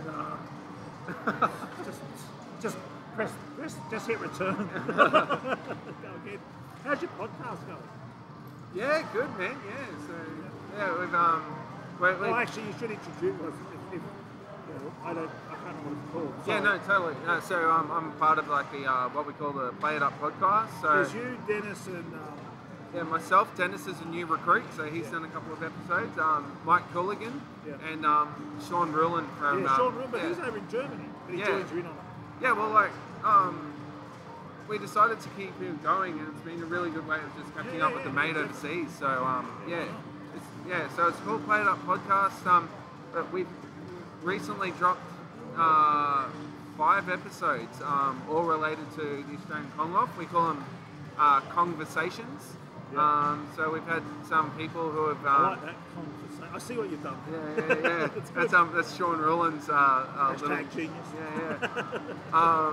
So yeah, we've interviewed a couple of like the prominent players, or what I call the prominent players within the Australian Kong-Off. So who are they? Let's hear something. So we had Sean Tagg. Unfortunately, he couldn't be here today. We have Greg Pell, who's coming on. He'll be here He'll soon. be here. He's going to be here tonight. I think he's on his way. Oddly enough, we had Sean Rulin.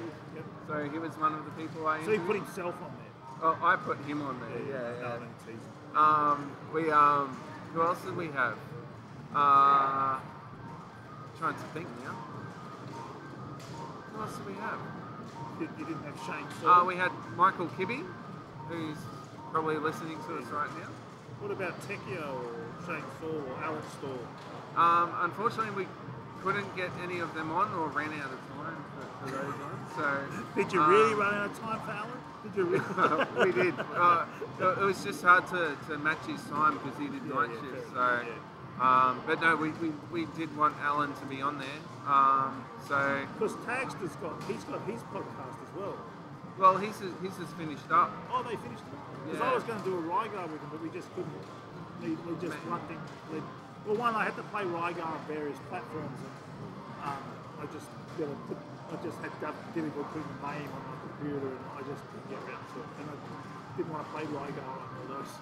Yeah. Are you a Rygar fan? Yeah, I think Rygar's terrific. I genuinely do. I was talking about it before I met Jeff. Oh, okay. Yeah. And I was saying to people, I don't know why, and my plan was for last Kong-Off, if had it been on, I was going to bring the Switch up and have a Rygar tournament back at one of the Airbnbs or just off-site.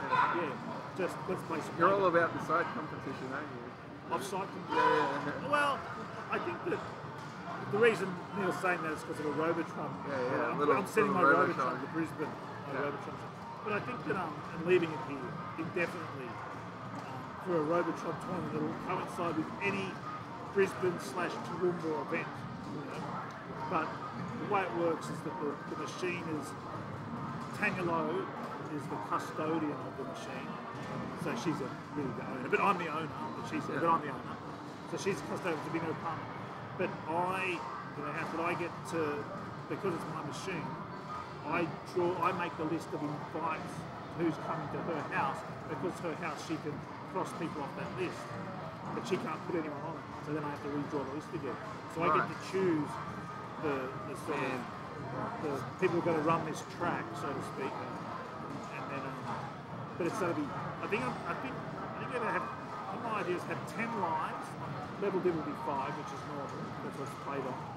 But start with 10 lines, and I don't know if we'll have bonus lives or not. Just 10 lives. That gives people a chance to try and do something. And it's 1 credit, 1 start done.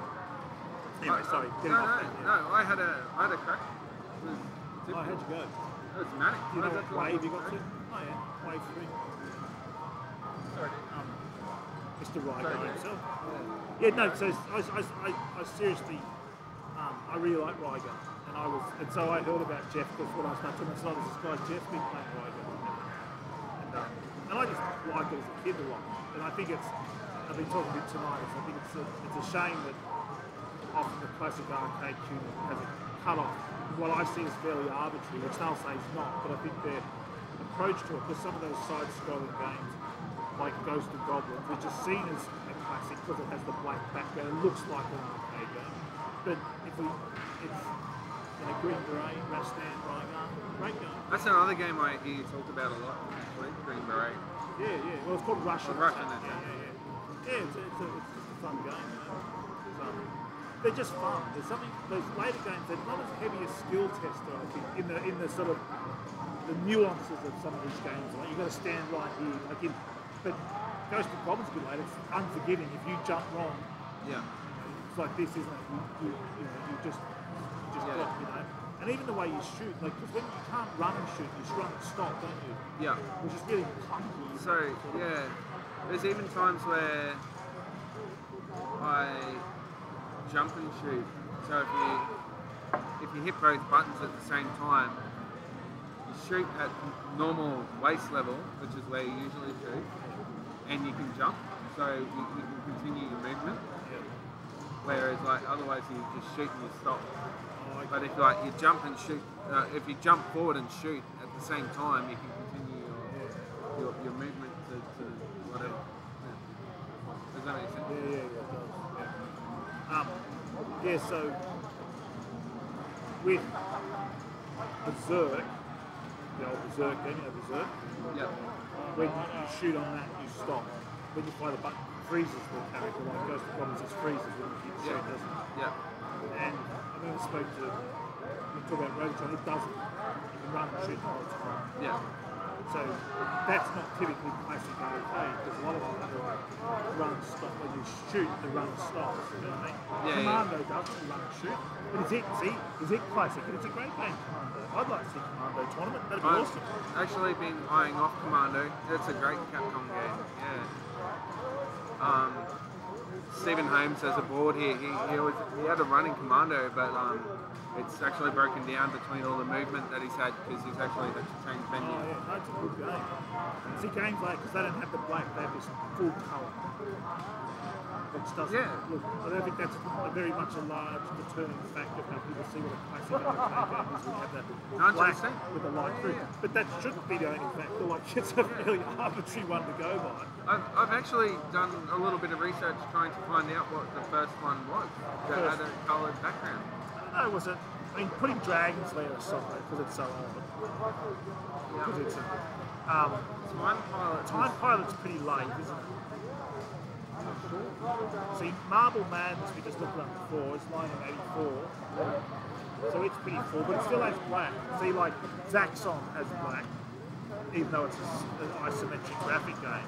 Yeah. So it's not even about the graphics, there's something about this, I think it's very much an aesthetically driven thing. People look at it and go, that's classic because it has a certain look. Yeah. But Green Beret, like you said before, I'm pretty sure when you run and play that, you run and you stop because you have a dagger, you can stab people. Yeah. It's so violent, isn't it? And you can flamethrower and do this sort of stuff. But when you do these things, shut on and off. We've got a real game going here now. We should look at this, shouldn't we? Because Andrew Barrow's on 47,000 in level 3 in the barrel board, which isn't a good place to be, you know. And here we got level 3 on the barrel board with just behind, but with an extra man.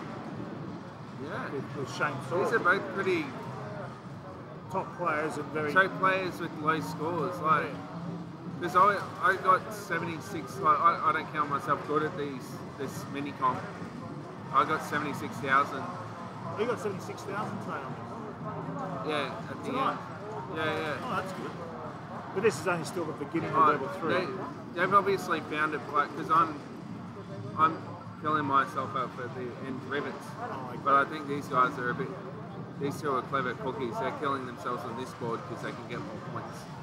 Well, I don't know. But it puts themselves in a dangerous position. Yeah, I don't know what. I when I was watching before, I thought they were already at level 3 when Barrow was losing lives, because that's why I leant in to think, well, is that a 3 or a 2? And it was a 2. So now Shane's down to his last man. And he's he's almost he's 8,000, closer to 10,000 points in front now, Barrow is. So this is what it's going to look like tonight at the end. Can you feel how exciting it's going to be? Oh, we've lost a life. Yep, done. Done. Barrow. Shane Thorpe. See now that's what I'm saying. See how much exciting it's going to be. You can feel it. Yeah, no, the speed of this I'm track. pumped. This is more like Robotron, right? Oh, it's not. It's really not. No, but the speed of the games are fast. Like the whole tournament will be done in. But it was like Pincadia's Galagala. It was great. The whole tournament, 2 hours or whatever. You know, we had there was things in between, but it was very fast, you know. And the challenging stages meant something. Because otherwise you are challenged, who cares? But then all of a sudden you didn't do it, it's a big point loss, and that's like this now, you know. Like, Did you? Sorry, just interested with your experience with Gallagher. Did you ever pick up Galaxian? no. I think it's a better game. Galaxian. Yeah, I Yeah, think I love it. how to put it. I think it's Just when you're talking about decisiveness and shots and things like that, like it's a Galaxian's better insane. Galaxian's a better game because it's just far more analytic. Like it's just there's a precision to it. It's not a wailing away messy game. Like, although the top players now aren't really messy, they're very like when you look at it's not so much Armando and those guys, but it's more Mike Thompson going for that perfect sort of scoring and that the Mike method, what we call the Gallagher. But what Jacob Upland's done with that, he's this Gallagher player playing level 31 rank C, going to the kill sprint, and he's pushing the points through the roof, you know. So, and therefore everything counts. It's all every challenging stage matters, all these extra, those little triplet of Bs of 3, you know, and the enemy split into 3, he's picking those up, so they're point pressing, they're really going for everything. But even then, it's not the same as it's like, actually the simplest way I could put it, if, for what it's worth, if Gallagher in billiards, if there was a billiards game, it's pool, whereas Galaxian's snooker. Because the variables along that massive screen on Galaxian, if you shoot and it's the way it moves at that speed and you can't shoot again, if you're off, you're really off. Yeah. So, and Space Invaders is much lower, so if you're off, you can easily miss all those enemies, whether it's like 50 of them, you can go right through. Being Galaxian, you hit, and then you go, oh shit, I can't shoot again, and these things are coming. Gallagher, well, you fire once, and you can fire again, and it's so fast that you can pick, so it's like pool, you can jag it in almost, or you can, so if you're shooting at a pool, if you're a little bit off, well, the angle's not going to show itself. You know, if you're measuring something, you're off by a mil here, across 10 centimetres, then when you've got to measure a room, all of a sudden it's going to widen. Like, so Galaxian's more like snooker, I suppose. You know, it's got this real accuracy to it.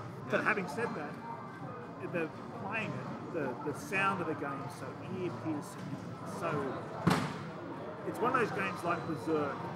It's a really, in many ways, they're great games, but they just haven't translated well into contemporary games. No, you can see that Namco went, how can we make this formula much more exciting?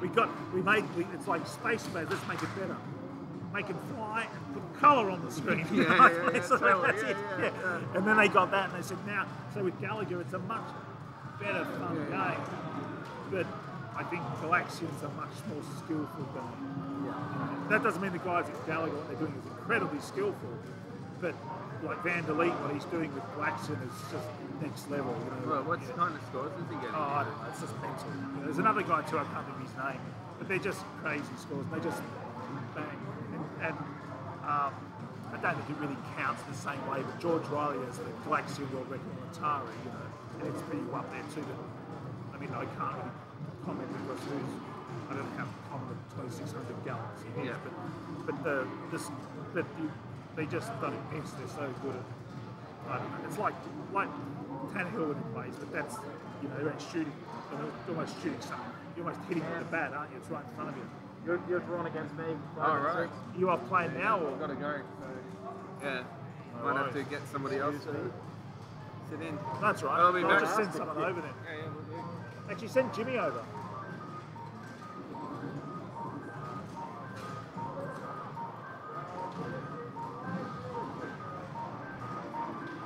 So here we go, Andrew Barrett, Matt Tecchia.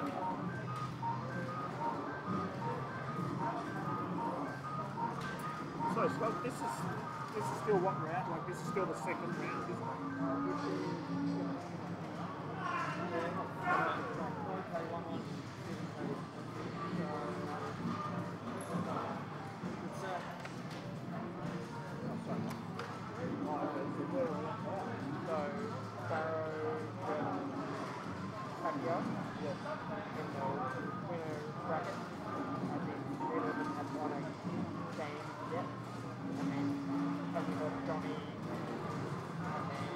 sorry. I think These ones lost the ball. yes, it goes 2 and then it's first Neil. So yeah. We're getting there. Yeah, I think so. Getting close. Getting close now. So whoever loses this, they're still going to play another game, haven't they? They both have to play. It's what I do. Yeah.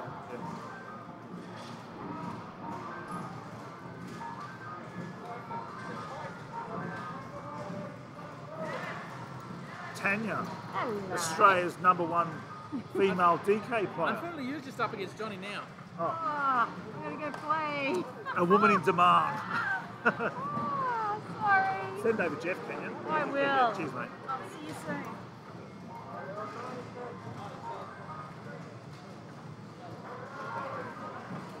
Slides back in. Hey, Jeff, you can take your mask off. You know, excellent. Well, we've been doing that. I came up against the Titan that is Tekio. Oh, right. Won my first two and Look then how lost. close this is, 22. Look, it's almost the same I know. game.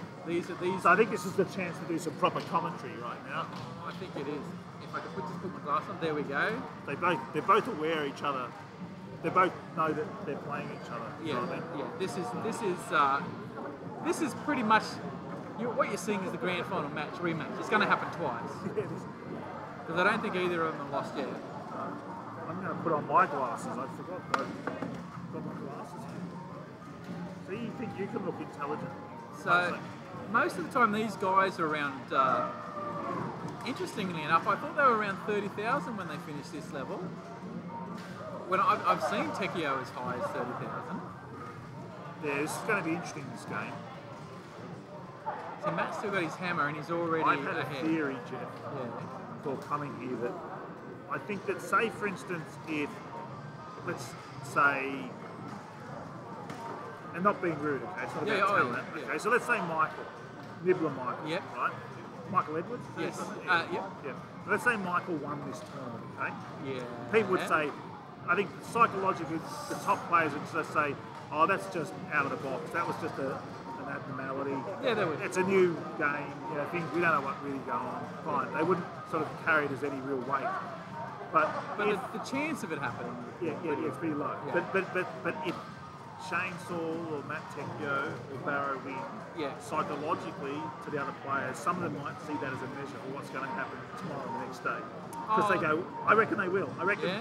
I'm not saying that it is the truth. Because it's a one-on-one. I just think it's what happens to the mentality of people in any competitive sport, that they start to believe in certain things. Do you know what I mean? Yeah, yeah. So they'll go to bed going, He was really informed. oh yeah, he was on form and he did this and I really screwed that up. And so when they come in again, they'll go, this is where I screwed up. You know what it's like? People can carry the burden. It's like in golf, they do that thing where they try and reset after each shot, either good or bad. You've got to clear your mind, you know. But they're professionals. Like they're on the golf course, 9 hours a day. Whereas here it's, Matt Tekio's probably on. Yeah.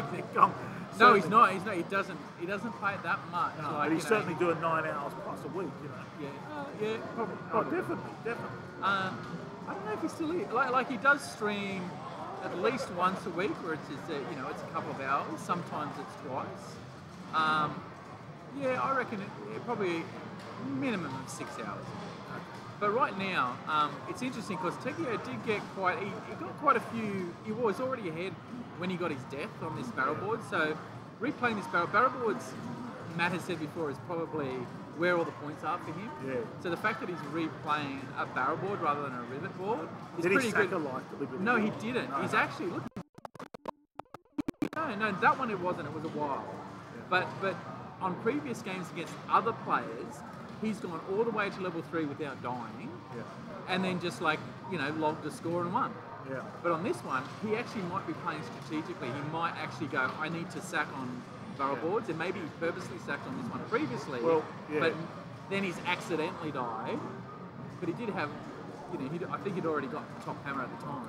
Well, I do know that Matt has said going into the Commonwealth, he's going to play his natural game. Yeah, okay. So if he might be just doing. Well, his natural game would have been he's already reset and started again. That's his natural form when that happened. No, but what I mean is that. Yeah. So this is what he does normally. He's going to do this now. This is what, I don't think he's going to do anything different than he would do, No. except for if he gets to the end rivets, he'll sack lives to make the most Yeah, of it. and- But otherwise, he's just going to run through like he normally does. I think apart from he already knows how to extract pretty much every point from every board as to his best of his ability. So the level 3 comp kind of, to me, it was like, oh, well, it's a Matt Tecchio comp because he already does this. And Matt said before that Barra in Commonwealth will probably run straight through to level 5 because he doesn't want the risk of levels 1 to 4. Yeah. Whereas Matt will play like he usually plays. Well, that's what he's going to do. Yeah. And he'll point push every single level. And it's not favourites here. It's just reminding ourselves. It's more sitting down. Barrow plays on a keyboard. Like the talent of the man, it is pretty impressive, isn't it? It is. Just I mean, comes in. there's other, the Ray Finkles and the Anthonys of this world. They all play on keyboard. I actually play on keyboard. I don't mind keyboard. It's quite good. But there's a lot of responsive to us. It's very sort of twitchy. And I noticed the way that Andrew plays, even with the joystick. When the first time I watched him today, he's very twitchy. It's very he hasn't. quick. I said it must be nearly 2 years since I last played last Commonwealth. He goes, yeah, basically, I think he said he played something on arcade, but not really. Yeah. So he's not playing arcade, but he just picks it up so quick, So look, they're because the score where the points are at the moment, that's a big difference for the game It they're is. playing. There's two. But it shows they're kind of. The thing is, like, Andrew is on level 3 barrels, so let's think about it. If he got 10 grand, if he got not it's going to happen every board, but if you got 3 10 grand boards, there's 30 grand still left in men up there. Yeah.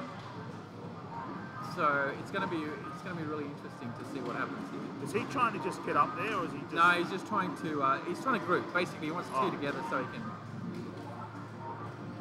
It's interesting. I wasn't sure if he was trying to He get grabbed the through. hammer then because the fireball's on the next level down. And he doesn't want it to come up. That's your rye glass skill. See, picking that up. I didn't see that. Yeah.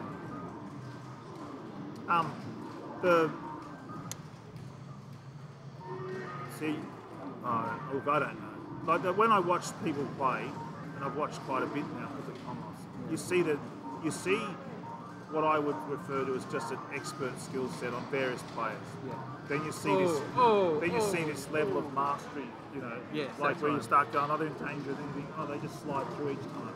They just think, that was not one of those moments. But I think the real difference between like players like Barrow and Tecchio and those really high-end players is they just know how to get out of really tricky situations. Like they're really good under pressure, where we just freak out. Like, but what it is I think is they're aware that there's nothing to worry about. They can measure it so well. Like I saw Matt Tecchio jump before on the top girder, and I thought he was going to go off the edge, but he just knows you can. It's just muscle memory. It's just so calculated that they know. Oh no, I'm safe. I can land there. G'day, Alan. How you going? There's it's like the a Alan tightrope. Stoll, Muscle and Fitness, has joined us. With I ignore the feed. If they're not here, they're not here. No. Why aren't you? Kibby could have been here. That's a contentious point right now, mate. Yeah, that's my point. I'm just being facetious. You've been a facetious. Hey, I'm from Melbourne. I got here. Yeah, Come on. let's where did I go there? So look, Back to this. Tecchio just started his level 3 barrels. Look, Matt will be super confident with a spare man. Like he'll still point push every point he gets, and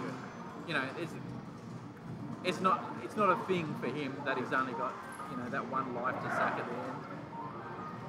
Well, yeah. I'm more nervous about it than you are because of watching them play. Because you watch more of these guys play, don't you? What the hell is Draga? Only one of the greatest arcade games. Classic arcade. I'm putting it out there. Classic arcade. Oh, look at this.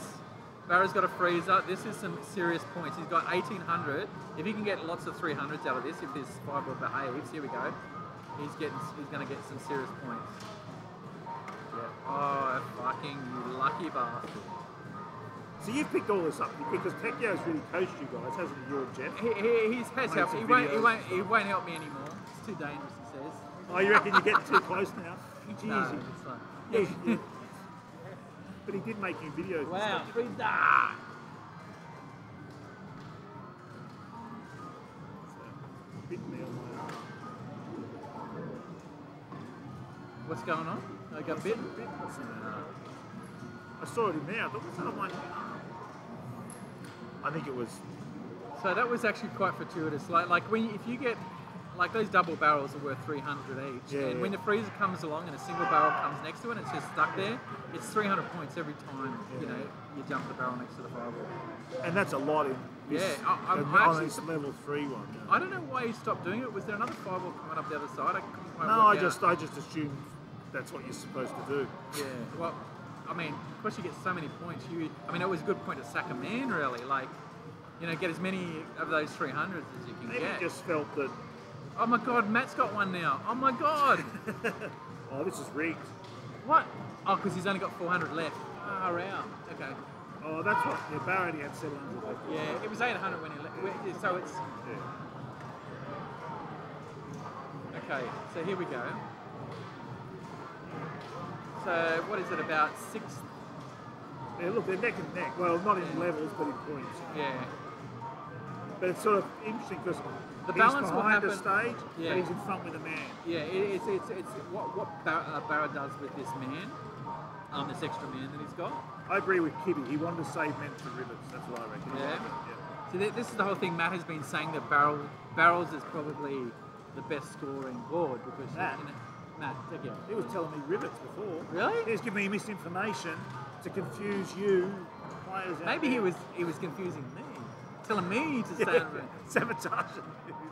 That seems pretty mean after giving you all the mean from you. I mean, saying that. You know, after you get all those.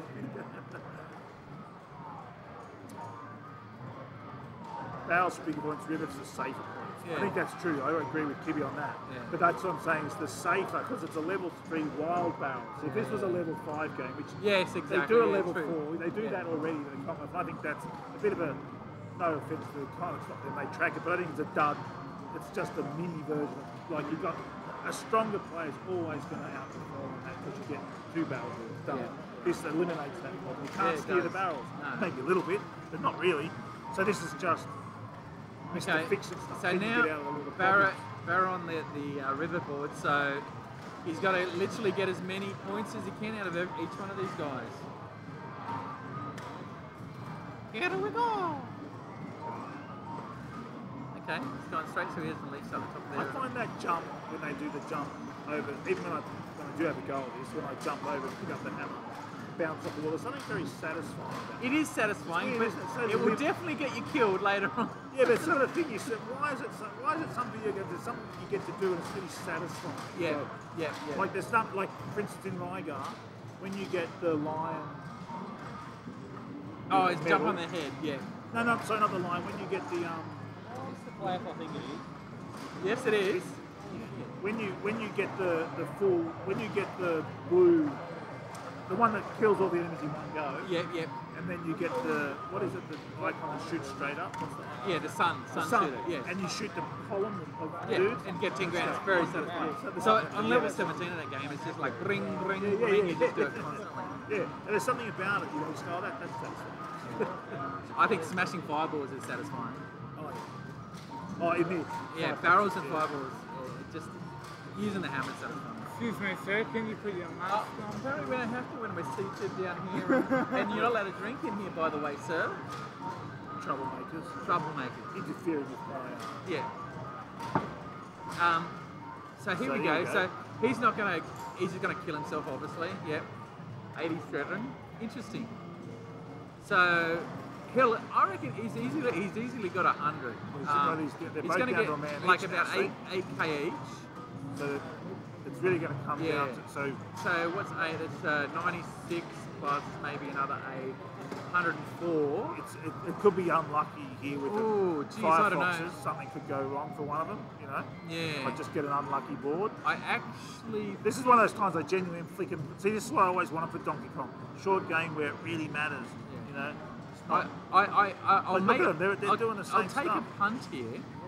I think Barra's ahead. There you go, 91.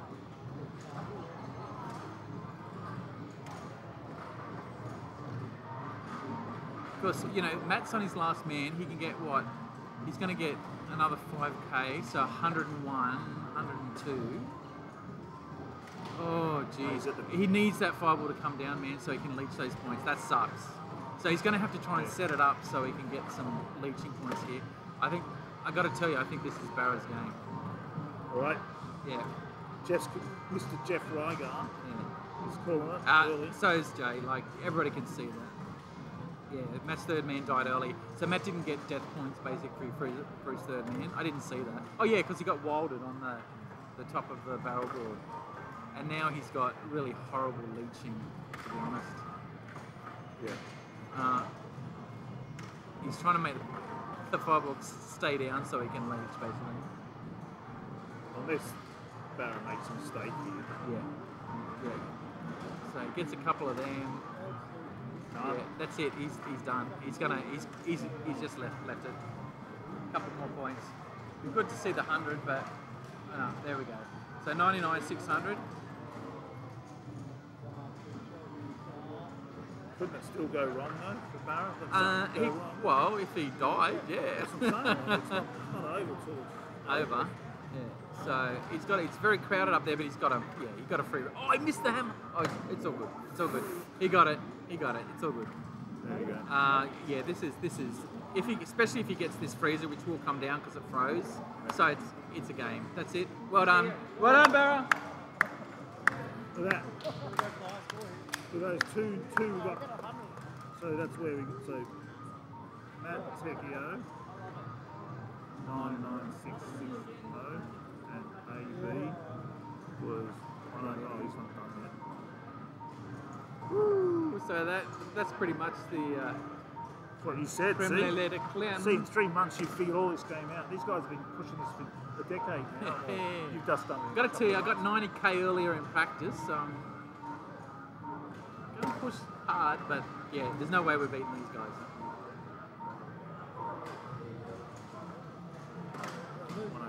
104, 200. Oh no, yeah, 104, 200. Done. Very good. Well, thank you, sir. I've got to play soon, I think. No, you're right.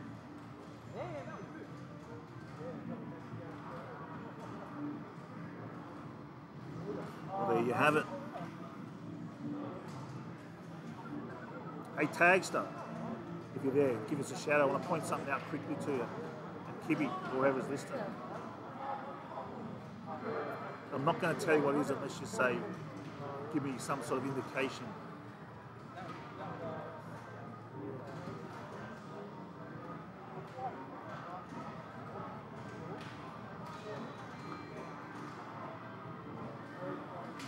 I didn't call it. I didn't call the game. It was Jeff calling the victory for Barra. I was taking his lead, but I was just watching it, like trying to make sense of where it might get. It was a good game though. That's why I really wanted to see this. Hey, Tags, look on Matt Tecchio's side, credit 69. That's my kind of humour. Sorry, lame. Hashtag idiot. It's what I really wanted to see with DK was this sort of level where you take out all this barrel steering. Yeah, thanks, Kibby.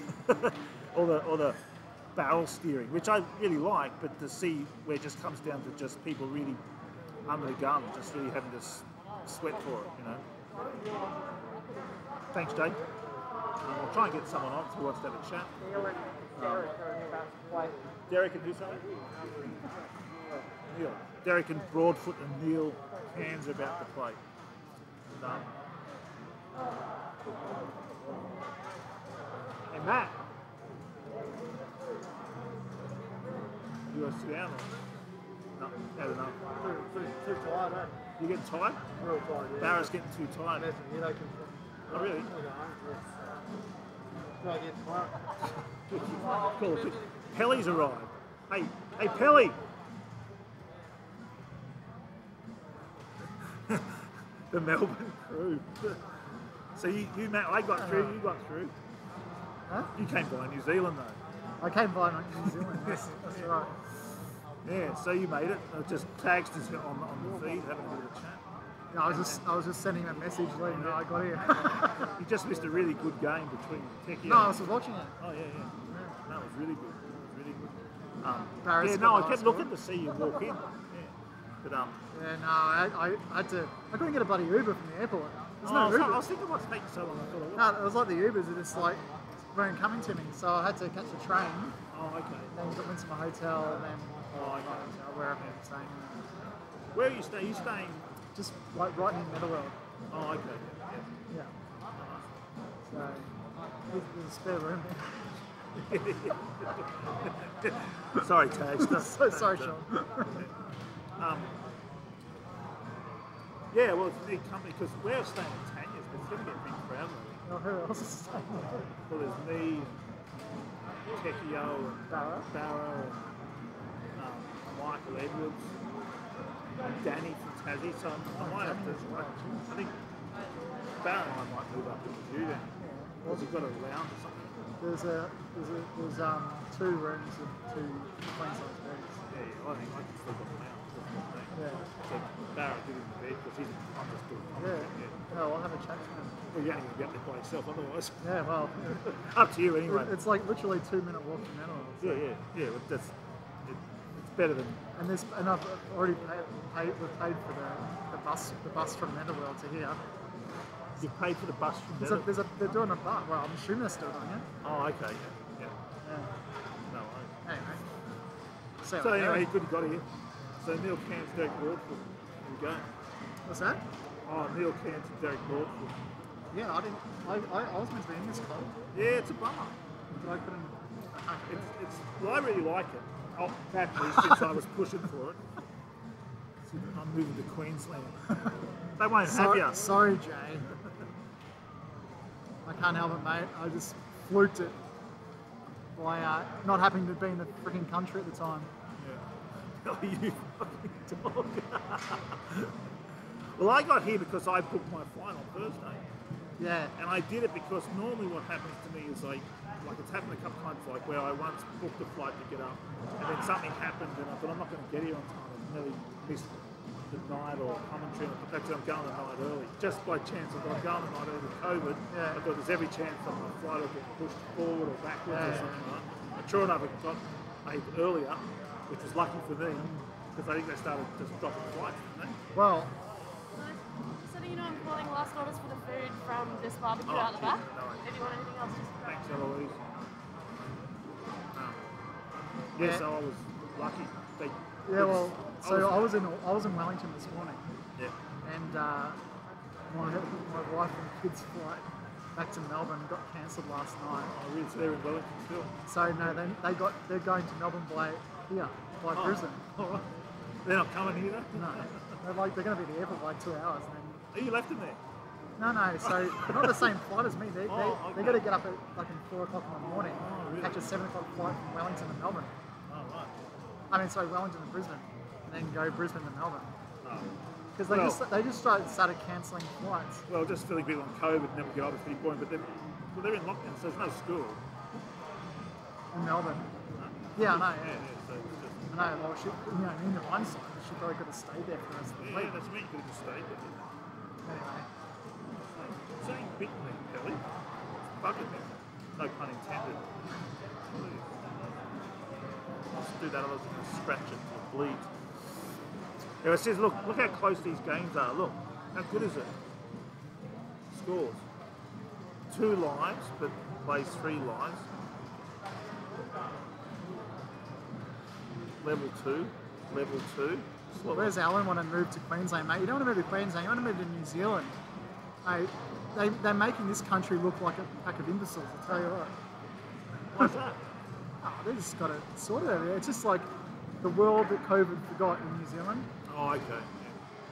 You wouldn't even know. You wouldn't even Well, I know.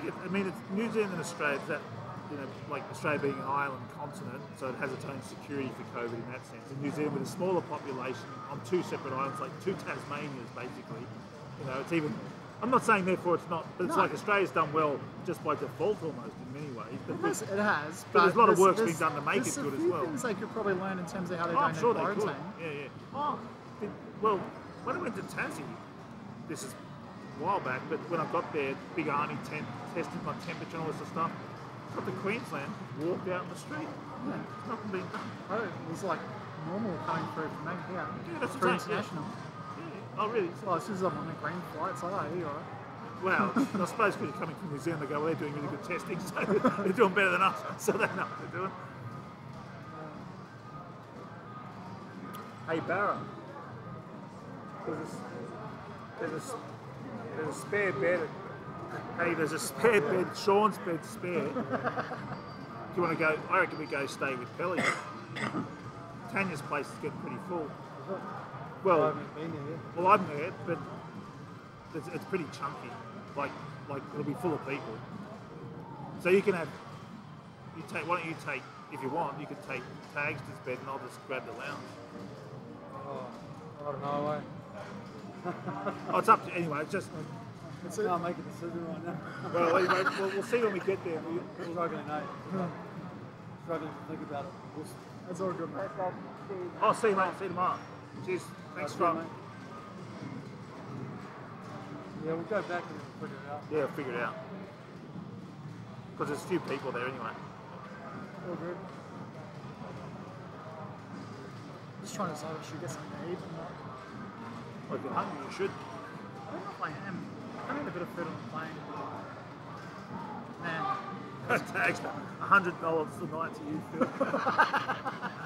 50 to everyone else. Yeah, fair enough. I understand that. Yeah, that's fair. That's fair. We'll courier a slab of beer, Tagster, tomorrow so you can have a few beers and play some I'll comments. tell you what, when I sit down here, Tagster, I'll make sure that I get someone a beer for you and they can drink it. Because that's fair enough, isn't it? Because he can't. I'll put him in a shout here. You can do same day courier from Dan Murphy's. No, but that's not social because he's down there. What I'm saying is if he'd be a shout in here, so he's behind, but since he didn't drink it, you can have it. You know what I mean? You know what I mean? And then he can just square it up next Kong on. That's right, yeah. It's a shame he couldn't make it, Hey, though. mate. Kelly, Good to see you. You can see it. How you guys going? Phil, keep any company? Yeah, well, we were just talking about, we got onto COVID a bit, sorry, we just sort of drifted a bit, because I'm pretty tight too, but I was just saying how glad I am about how tight these scores are. Yeah. How good was that Tekio Barra game?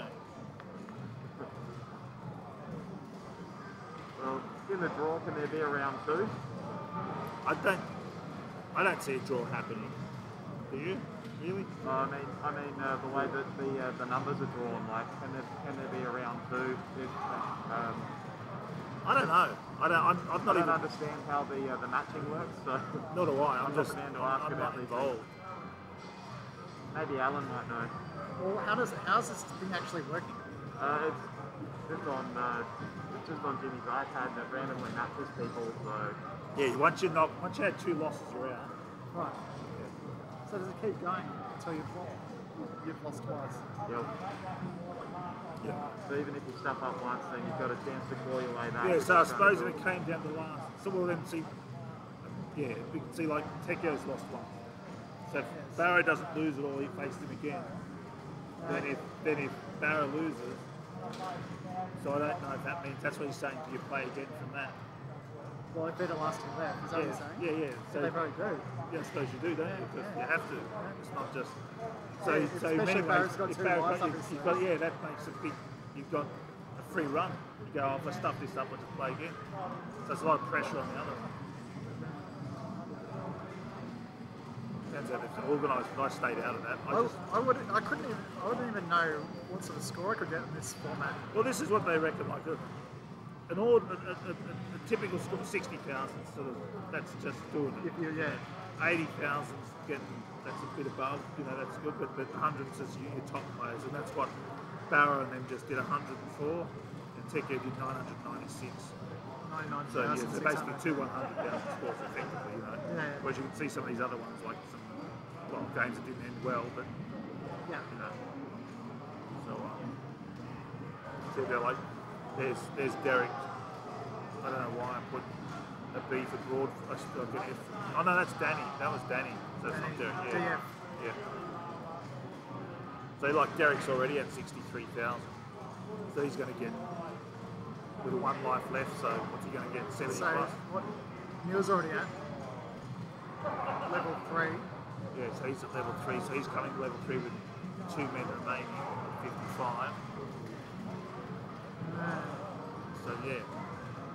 So what I'm saying is the point pressing here, because it's such a short game, getting like a freeze or something, because both Kekio and Barrett had that freeze on the barrel board, all of a sudden it meant so much more. Whereas guys got a freeze, doesn't matter, you still got to run a shitload of barrel boards before you get to a kill screen.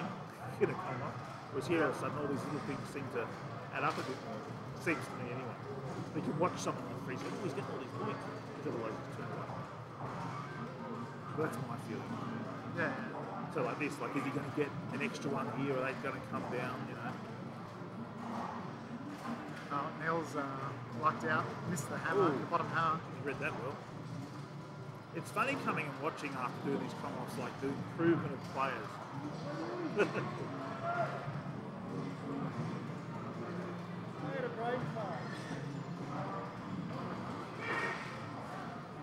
I didn't see what happened. Neil's finished the level.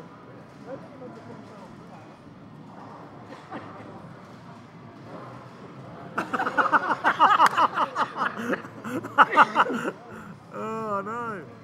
Neil went on to level 4. That's it. Pretty good, mate. I'll take that. You're in a winning position. It took me a while to get. Well, I was trying to figure out, like Derek came and said, I had a brain. I'm thinking, no, you're doing well. And I look back and go, hang on, barrels. What were you doing? No, it's Derek. No, it's Derek. Oh, is it around the wrong way? Oh, it's around the wrong way. Yeah. Oh, I see, because they got Neil Can. So, all right, so that was Derek who went to level 4. Yeah. He had me cold. Sorry? He had me cold. He would have won if he... Yeah, because I was watching it back to front, you know. I'm going to go get a drink. Yeah, you're all right, mate. I'll catch you later, Kelly. Good on you. Yeah, so we got him back to front there where it says Neil Cairns and Derek Broadfoot. So it was Derek who actually went to level 4, not Neil. I don't do virtual beers. You might virtually have to. No, it's a bummer you're not here. Actually, you know, I was really looking forward to catching up. It's going to be gas. And everyone else too, of course. It won't be the same without you, I can promise you that. And it's a bummer. Bloody COVID. Oh, it's getting late here. I didn't get much sleep last night, so I better get good sleep tonight. So I'm not sure where we're at yet with how close we are to the final match. Must be still another something.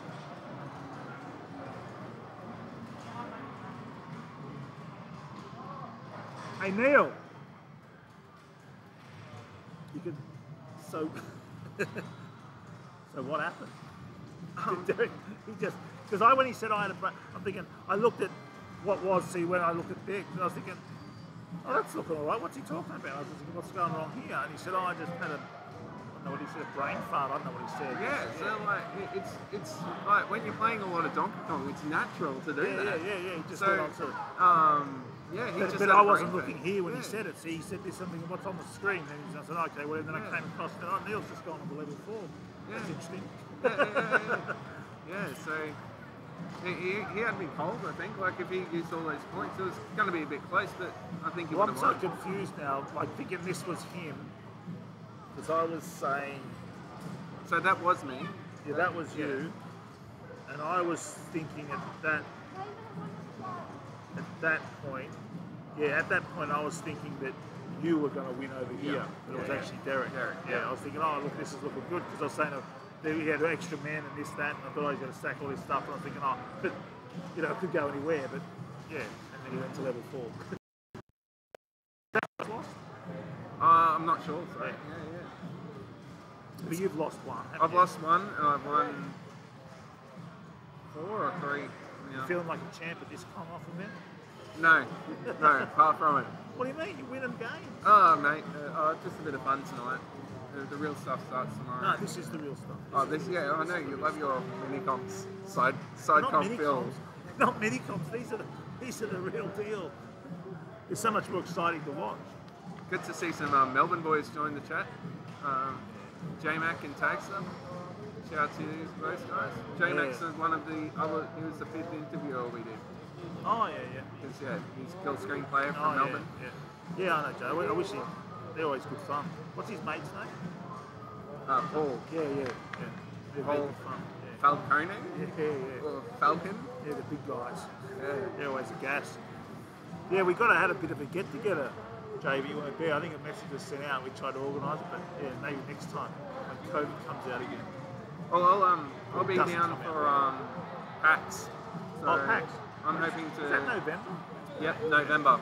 So I'll be in town then, hopefully. Fingers crossed. All going well. Yeah, But, provided COVID doesn't, whatever. Yeah, that'd be good, Jay. We'll organise that when we get back from this. We'll have our own mini Kong off. Another mini comp. Yeah, you'll have a mini Kong. I'll do it. I'm going to come up with the mini Kong. You up, real can? Oh, okay. He's off again. You on that, Phil? Yeah, good, Jimmy. Good. I'm loving it. Yeah? I'm loving these tight games. Yeah. It's so much fun, dude. Yeah, it's really good. That was back to front, by the way, those names. I think I was I'll just let you know. I'm not sure if you, whatever you doing last time was. So Derek was on as Shane, and then Neil was on as Derek and Derek.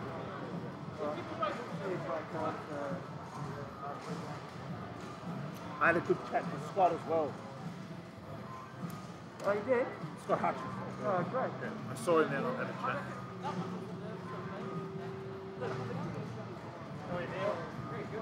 Neil back on again, he just got on. Neil and Shane saw.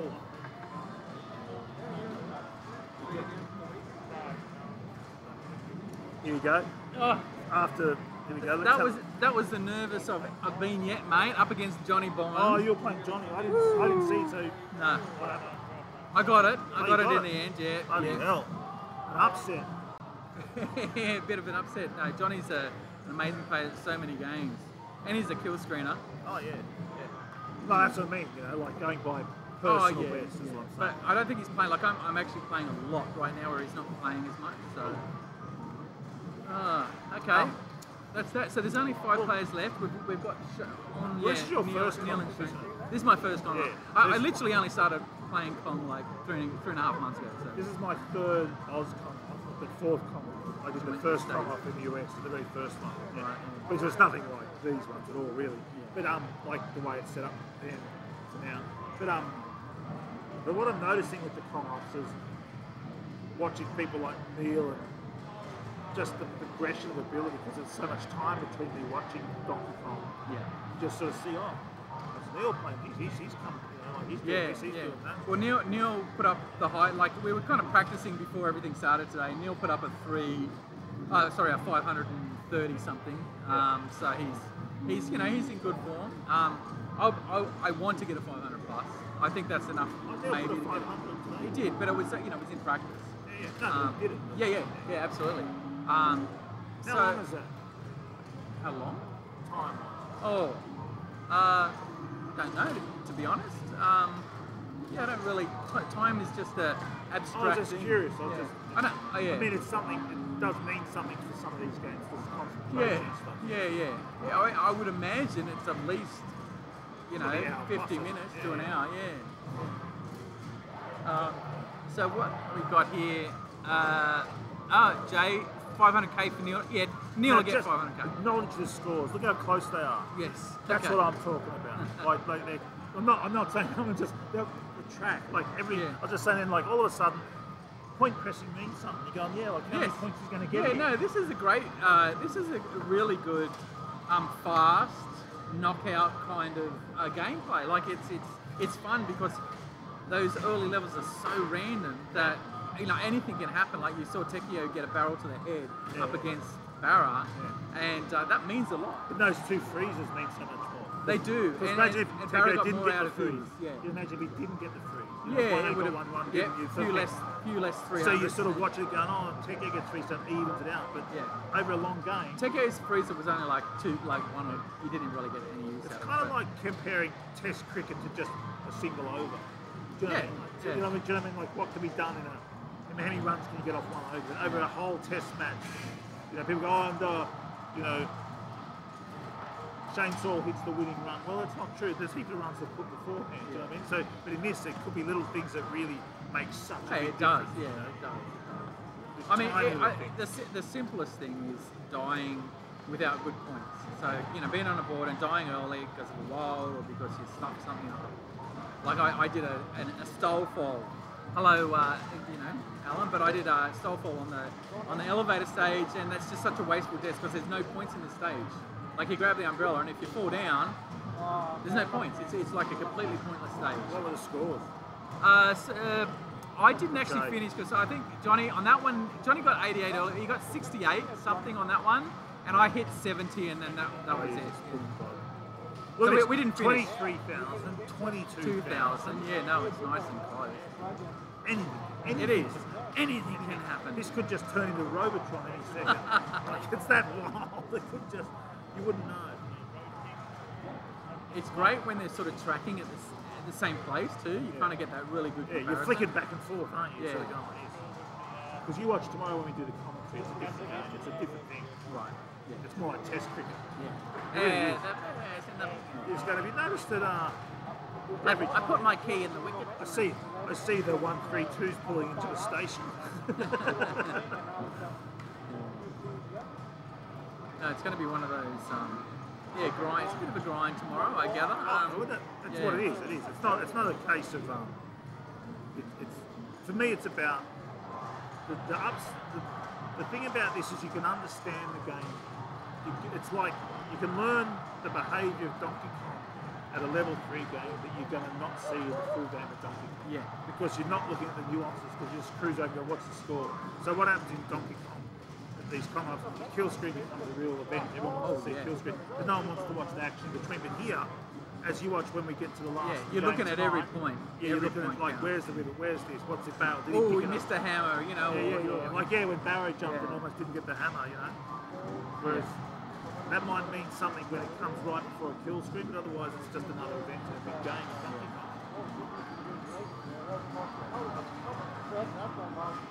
Okay, so really close. Level 2. Where are we at here? Yeah, 30. So 40,000's a great.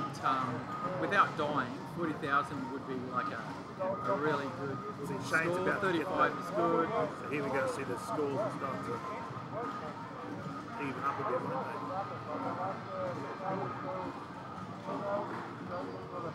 Okay. So 35, 400, and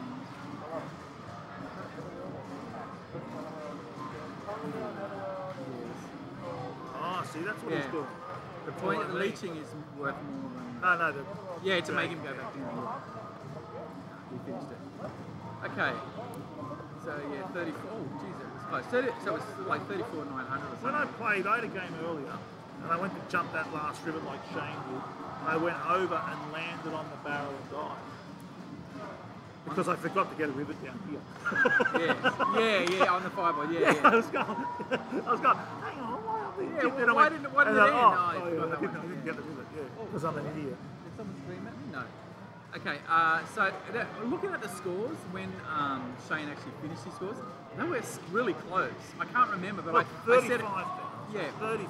Yeah, they were Look, they're really exactly the same. 35,900. Yeah. Check it out, Jay. Check it out. So right now Shane will be ahead on the bottom hammer smashes, so he's a little bit ahead. When does this finish? Must be getting close to the final game. So There's 5 people left, and we've sort of got everybody's got to lose twice. Yeah, everyone's got to lose twice. So if Barra goes Unless in you're without undefeated. having lost one, Yeah. then does he still have to lose twice? Or win, like, if he wins one, if he loses one, does he get another crack? Has he got like a... Yeah, like if he goes up against Tekio next and loses absolutely, he's got 2 more cracks. Yeah, he's got another go.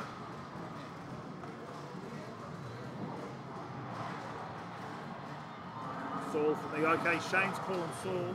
Yeah. Tags to Neil lost a life. Come on, let's hear it. I'm gonna hold you to it. Okay. Jay's saying Shane Saul's gonna win. Tags to who do you say? Well, Saul was ahead on points at the beginning of this level. We're on level 3. We don't have much to go after this. What are you going to call it, Jeff? I'm going to call it call it Shane. Shane's call it Shane. Is anyone going to say Neil? I'm going to say Neil just Okay. to go Yep. against it. Yep. Just to try and balance the universe. Yeah. What do you got on your shirt there? Oh, it's where I work, mate. It's all right. People call it the toilet. Hey, tell me if you like this idea. Next year we're going to do the proper induction for Hall of Fame stuff because I've got medals being made by this guy Jason Wade, a really skilled designer, silversmith. Anyway, and it's going to be a black tea event. Oh yeah. Not black tie. Black tee. t-shirt. Everybody wears black tee. Yeah, see, so you even knew to come with a black top. All my t-shirts are black. Yeah, but for those who remember, Ethan Daniels came from the US and wore a blue t-shirt. It just wasn't right. It's just not cricket. He turned up and I didn't know where to look. I was embarrassed for him. I was embarrassed for Jimmy. It's either got to be blue or it's got to be like a Hawaiian shirt, right? One of the other. I was just embarrassed for everyone. I didn't know what to say. I didn't know where to look. I thought, who? I mean, do you know what I mean? You know when someone comes along and he might as well have been just sitting there in his underpants. Maybe. When does it finish? Well, like I said, there's 5 guys left. We're about to have another. Oh, that was earlier. He asked that before. Oh, right. That was what I was answering. Oh, okay. Don't answer him again. No, you answered already, but that's the Did one. I? Yeah, Yeah. that's the one. Okay, well, we just had. That was the end for one more. This is it. So. Oh, 62, so he 48. might get to 70 here. He might get to 70. He's raced in front, so basically he's just getting some more points. Yeah. So Shane's obviously. How did Shane die? I didn't actually see that death. Did he purposely sack that man? I didn't see it. I was talking about Ethan Daniels in a midriff or something at that point. Okay, so this is not good for Shane. We called it, but it's not good for Shane. He's got a 5-ball on the top girder. Oh, yeah. So he's got to get past that 5-ball, but he's got 2 men left. So it's he could, right now he might just go, okay, this is the level I'm going to sack, the board I'm going to sack, and I'm just going to get as many points as I can. Yeah, which is I think that's pretty much what he was thinking. Yeah. But he did lose 1,000 points at least. See, this is like what I'm saying, anything can happen. Yeah. People sitting around on the wild barrel point pressing. So this is it for now.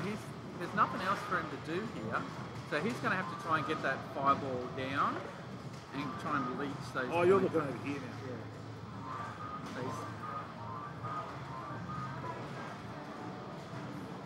Yeah. It would have been a 70,000 easy game if he had got that last 5-ball. So now it's quite difficult to get there.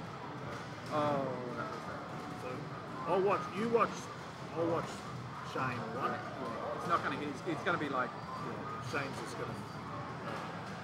Off he goes. Right, Shane's through there. Oh, he's missing the points. Okay, 68,700. That's it. So. How come he didn't go down and knock it out? It's only with 100 points. If he every time he jumps, it's 100 points up the top there. So it's. So 68,000. Yeah. There's certainly 10,000 points there to get for Shane. But will he get it? Yeah, well, there's 10,000 would be a pretty massive river board, I think, unless you get a lot of good leaching. So we shall see. Okay, I think Shane will have this. I really do. Yeah, your little faith in me. Well, he's still got another man. I remember.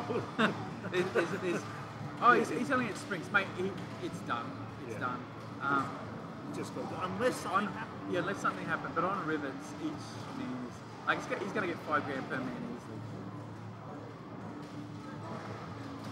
Well, he's basically there. Yeah, and he's going to get the $5 grand or more for this one. So he's there. He's done it. It's it. That's it. As soon as he goes up that ladder, he's done. Or he might just get it here.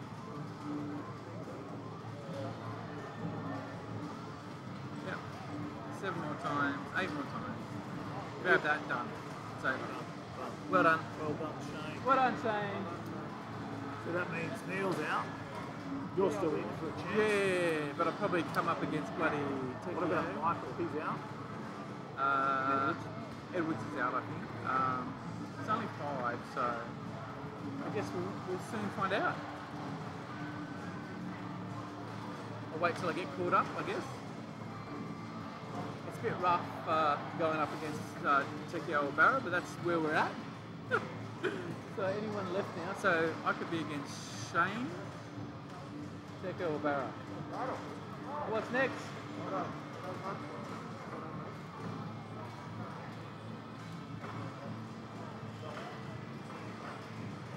Jeff versus Shane. Jeff and Shane. Off you go, Jeff. Jeff. Shane. That's that one. What? Just gonna stand.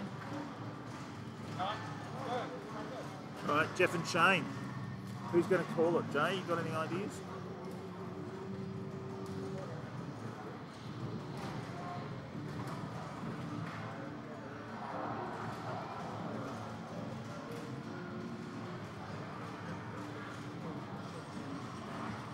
This will be good. I'm amazed how fast Jeff has learned to play this game. I know Matt Tekio's been given videos and stuff, but even still. Hey Matt, I just mentioned your name. Oh. I was just saying I'm amazed at how fast Jeff's picked up Donkey Kong, knowing that you've been giving him videos and tips and stuff, but even still, you've got to do it, haven't you? He's a great player. I think, skills at that level with one game. Jumping translate. 5 barrels. It's not going to go well. I think I might say that one of Jeff's problems is that he's a little bit too enthusiastic. He always thinks that the play's going to go his way. But he's a great player. He's great at Rygar. I've heard of that game. Rygar. I've never played it. I tried to play it once, and I went, "This is a game for chumps." So, no, it's a good game. I love it. It's such a fun game. But he's up against Shane, and look, I wouldn't like to be up against Shane. So, this thing I'm running, do you know what I reckon is the greatest stuff? The arcade game that everyone wanted but didn't exist, but it does now. tell me, what is it? Well, it's kind of, I think it's actually true. Well, it's not, sorry, it's greatest retro game. So it's arcade plus NES. Yeah, that era, yeah. Yeah, that era. And it is Cuphead. That's not that era. That's this era. No, that's what I'm saying. It's the game that didn't exist then. But Oh, they you're come saying back you feel like it's got the spirit of the yeah, it does. the old yeah, games. because I was watching it, because that's what I looked it up because I found out how did they make it? There was too much in it that I found in other games, even Game and Watch, Yeah. like that. And those guys were just these two guys, I think they're in Canada, were so enthused about the old retro games and NES and that sort of stuff. They went and picked out all the bits they liked and formed this game. So it's got the Dragon's Lair animation, it's got everything, I love it. I music's played pretty. it. And, even my son, who he hates arcade games. I shouldn't say he hates them, but he finds them a bit simple. But something of the art style of Cuphead and the gameplay of it, he really enjoyed it. So Yeah, Ollie likes it. My daughter likes it. She likes Chalice is her favourite. Yep. She likes the girl. So- and she's got a Cuphead doll. She's Ah. really good. I play Mugman. Mugman and Cuphead. Well, I'm severe red. It's a great name, by the way. Mugman. I just think it's great. Mugman. So I find when I have to play something red on that screen, so I play Mugman because I can see better. So So what do you want to ask about pretty good, Robotron? right? Oh, sorry. Well, that's what I thought you were going to say, Robotron. Robotron.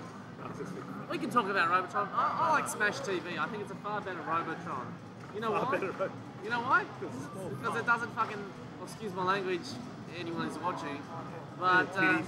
it doesn't burn my eyeballs out every 5 Oh, it's seconds. pretty full on. I mean, I I feel like went through the someone's Wave 20 before.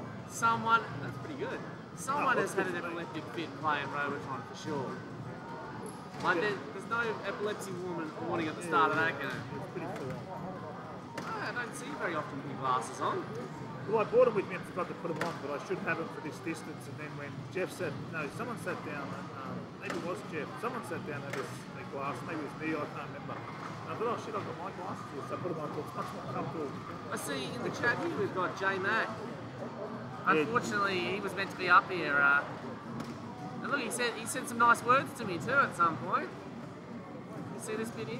Look at that. Who's this dickhead? Never heard of him. Yeah. It's almost like he doesn't want me to be here. That's alright, Barrel will be sending me home soon. I don't know. That was a good game. Did you see it? Yeah, it was really good. Sitting I'm very impressed with some of the games that we've had so far, though. I was watching Luke and I think it was Luke. Did you see Derek Broadfoot's mishap? Yeah.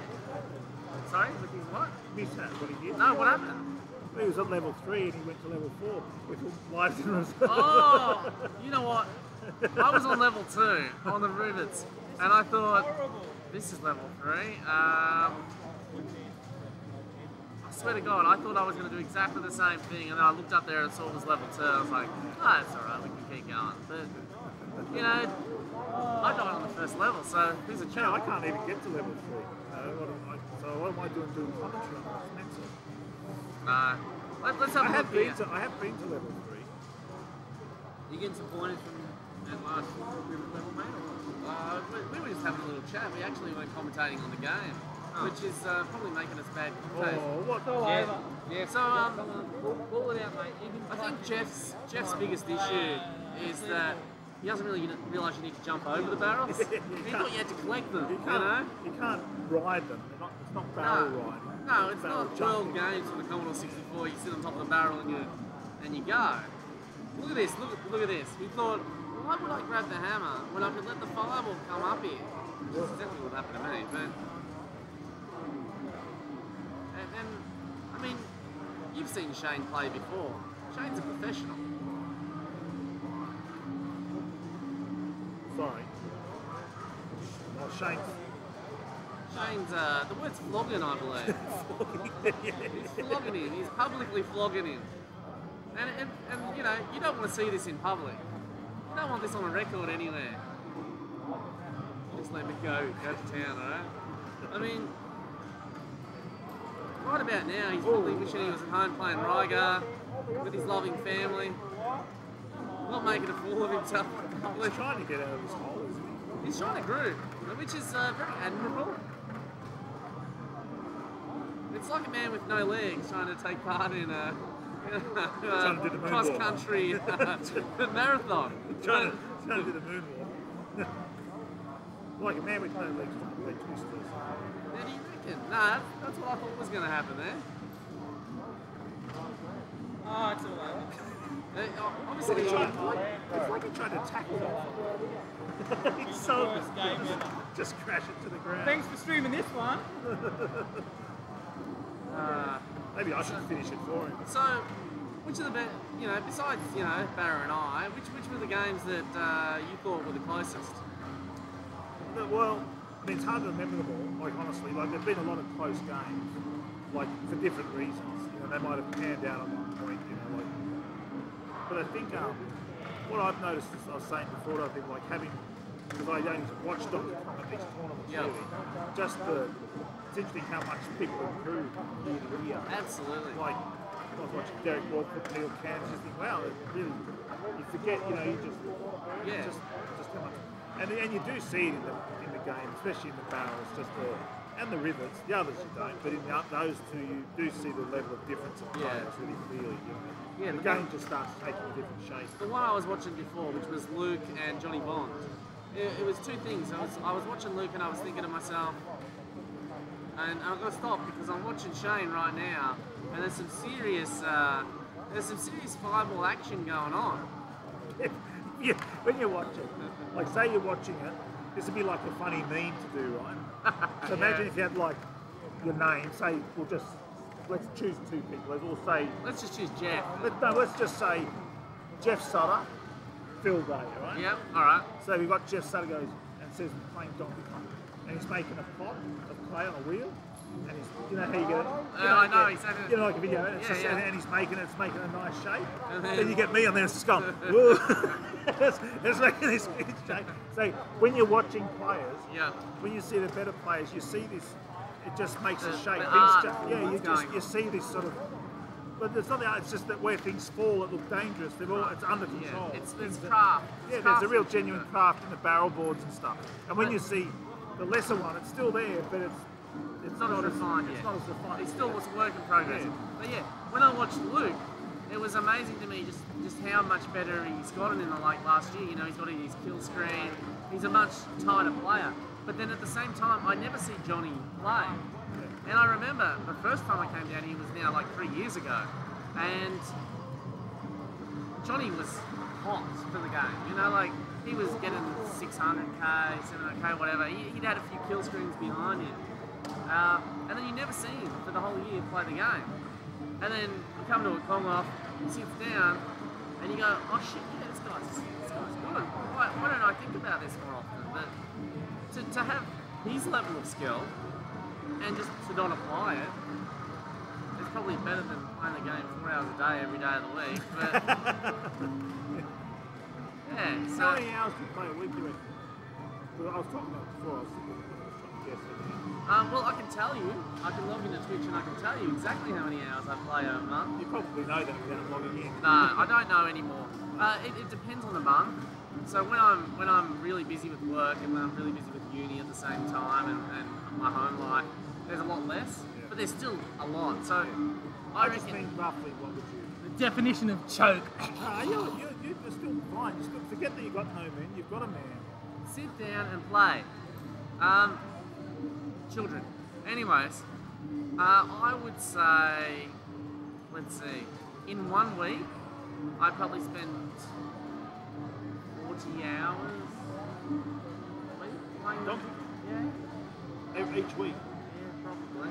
See, when I said to Jeff, I said, oh, he plays a lot. It's at least 30. It's at least 30. Yeah, Maybe 40 is an exaggeration. Jeff reckoned, I don't think it'd be more than 9. I'm thinking, no, I think it's more than that. In the last week, it hasn't been because I was not feeling well and It's stuff. normally it's 30 to 40 hours. So when I was going for like the top 10, actually here's a better example. I took long service leave off work, which was, I took about 8 weeks off work, and I spent 8 hours a day playing Donkey Kong every single day of that. Every single day. Because Corona had happened, That was a convenient excuse. and I took my long service leave at the same time, so I had nowhere to go. I was, Melbourne had 3 months of. Did you take it off because you're doing your house? No, I just took it off because I was stressed with work. Oh, okay. Well, no, but that's mean you didn't say, hey, great, I'm in lockdown. I think I'll have a holiday at home. No, well, originally I think. I even forgot my mask to play. Well, then, That's what did it. Jeff, 42,000 now, if I recall correctly. I like that Neil put his name in. No one else has put their You're initials right, in. you're right. I bet, because you could, at least I could have a ranking and say, Jeff hey, got look, 9,000 earlier in the day. I got 90,000. No, oh yeah, 90,000. So I'm not good with numbers. Oh, well. But at the end of the day, whether he got 9 or just 42. let it go. I let it go. Let it go. Let it go. Let it go. Ignore my comment earlier about you being a fake Matt. Alan isn't the champ. I know this. This is Luke. So Luke is a very nice gentleman from the UK. He loves his arcade games. He has a DeLorean, like the Back to the Future car. Really? Yeah, he's How does he park it in a car park? How does he get out of it? He gets out the window? I wonder about that because gull-wing doors and all that. I think he just parks and then he opens them up and he leaves it open and takes 3 spots. Maybe you can tell us how he parks that. Yeah, how do you? When you go, or maybe you just don't take it to the mall, like you don't take it to I'd the take farm. it everywhere if I had one.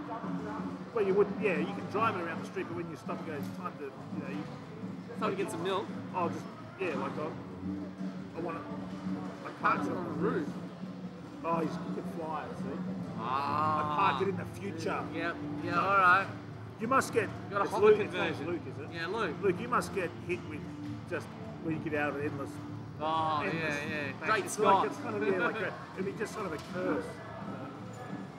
Look at that. He's got some little icons there. A little DeLorean, a flux capacitor, and I don't know what the last one is. A hoverboard. There we I go. really did like those films, particularly the first They're one. great pieces of film. Like, just genuine popcorn films. Yeah, my son loved it. One of the first movies he actually How old watched. is your son? He's 9 now.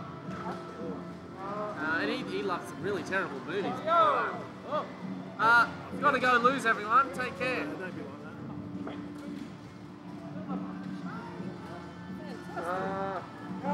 James does like hard. We can do You're it. on this one. Hey, Jeff. This will be good. I'm too embarrassed to even sit here right Nah, now. don't worry, don't be stupid. I went to Score Wars and didn't like. I think I might have finished at level 31 or something. That was just horrible. That was just horrible. It's so interesting. I had no excuses, but I hadn't played. It was fun. I just choked. Like that very first. I saw you try and tackle a fly fox. That was interesting. Yeah, So yeah. you just ran at it. Like I literally got 0 points. I think on the first man. It Sort was of ran like, at it, said, "I'll take it." Then. yeah. Oh man. Anyway, dims the brakes. You It's let it good because go, I was going so good the whole way, and then bam. Anyway. Doesn't matter. So This is a good game, mate. This I mean, a good matchup. Like, yep.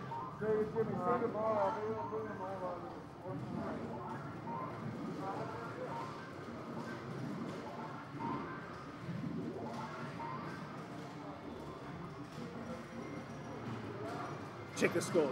2-2, 2-6, 2-6, 2-7. That's what I like about it. So that doesn't mean anything when they play a whole game there. Well, when as has happened in many games at the top end, 200 points makes the difference between a world record and a non-world record. But then so. how many games do they play to get to that? Yeah, So obviously. That's my biggest gripe with the arcade. Yeah, it's all world score record based. Yeah. So well, rather than tournament based. So it's good that they exist, but you know, measuring the tournaments a bit more often would mean so much more. So we got. So how do we go? So Shane tends to really push through the first couple of levels. I think he likes to get his points later, which is smart because in case you get those wilds, you got backup men. Like I had nothing literally after level 2. Okay. Gobble. Do you remember the hamburger? He got the top. Do you remember the hamburger? Yeah, of course. Gobble. Maybe that's what he used to say, gobble. He said gobble. He was a real pervert. There's something wrong with that character. No, you don't see him anymore. He's a real pedo, Right. nasty looking dude. That's really interesting. So Shane didn't even use that. He just wanted to get them all over there as quick as he could and leach these points. But there's not that much time on the board there. I suppose you just do what you can. You did try and get those couple over. You couldn't reach them. They turned. So let's look at 12,000 plays, 9, or basically 10,000. Yeah. No, I'm just saying. Just point these huge, these gargantuan markers. See, these are landmark events, and you're just treating them like some sort of pan-glossy nothingness. Tekio's actually being harassed right now. He's completely and utterly harassed. Like the fireballs have just blocked the hell out of him everywhere. He cannot move. And it's about okay. He's got skills. Yeah, he does. Look, I didn't know you could do that. Yeah. Did you know you could do that? Yeah. You tried to do it. Yeah, I tried. Well, I tried to do it a few times. I thought I might make a break, but yeah, okay. Yeah, that wasn't the greatest. That was definitely not a good. Like Tekio finishes that normally on a normal game with 20 grand. But that is not making sure. But rivets can just the rivets completely screwed him. Do you know what the rivets is like? I like using an analogy when I do this. The rivets can be like, you know when you get in a car and you grab your seatbelt and usually just smooths open every now and then it goes, you go, oh fucking hell, and you know, it just won't, it goes to the brake. Yeah, you know how it does that braking mechanism, it catches, you're not doing it and then you go, you relax and you go, and it still doesn't do it. It's like you've almost got to get out of the car, walk around and come back and then you go, oh now it works. You know, when I needed it to work and I'm in a hurry to get somewhere, and even when you relax again it doesn't work. That's the rivets. It's got no control over it, really. It's very hard. What you always do. You do what you always do, and it doesn't work. Yeah. So, I mean, if anybody's going to pull the points back out, it's going to be Matt. So let's have a look what happens here. Maybe he's nervous, man. Maybe Matt is nervous. That might be a bit nervous. Knows he's got to go up against, or may get knocked out right here. May have to go up against Barra again in the final. This is my theory that whoever wins this, if it's in those top 3 players, will come in with a psychological advantage. Not that they'll think they've won, but the others will know that they personally won. And that's the difference. Well, Barra's currently undefeated, so he's still. Let's say that's what I'm saying. So Barra's going in. He's going to go into the final. Yeah. So let's say he wins hypothetically. He's not going to think therefore I've won the comp. He'd just go to bed and fall asleep and go, oh, I won. That's good. It feels comfortable. Yeah. He's not going to go to bed and go, how did I lose to those guys? See what Matt's doing here, the back jumping? So you die so many times doing this. So if you're not actually, he'll do the double back jump to get 200 points out of the 100 value. I missed it then. That's the one thing I can do so easily. Really? No. It's really hard to Yeah, see it's the not. second I'm just being stupid. No, it's not. So the Okay. fireball underneath stops him doing it. He'll just jump this out. What he hopes is that it'll be a freezer, but it's too late now anyway. Now, do you agree that now point pressing is interesting on level 3 bookkeeping? Point pressure, it's interesting, yeah. But it's not normal. It's just like, oh, I'll come back when it's finished doing it. Yeah. Well, everybody wants to see someone get a start, so they want to see them at the end of level 4. with a But great even after score. a start, it's point pressing, nothing going on, nothing to see here. But there is something to see here because how many points are you going to get doing it? Yeah, but I got to tell you, that's every time I watch Matt stream, and he is after every point and everything, and I'm actually watching it because I've tracked how his pace goes. But so that's different because you're watching it. Yeah. You're watching it, as a keen observer, and you're watching it not in a tournament. correct. See, like if there was Matt doing it over here and someone doing something over here that's more exciting, Yeah. where should I go? Actually, yeah, that's true. There's always two windows open: the stream and what I'm So watching. when you're watching it, I'm just watching Matt Tech here. Yeah. So you go, well, what else? What choice have I got? But when you watch this, you're thinking, oh, what's happening? Oh, okay, he's over here. Oh, this is something going on. He's point pressing, getting some points, but got the hammer. Not going to get many points here. That's unfortunate. This is Point pressing. That's the king of see? this. So we'll see. Oh, see, mine naturally want to see the hammer. What's going to happen with the hammer? Is he going to get some points here? All right, looks like He only has to clear this anyway, really. Those two, okay, that fireball is going to be a pain in his butt for point pressing. But, what is he, level 2? Yeah, he should be good.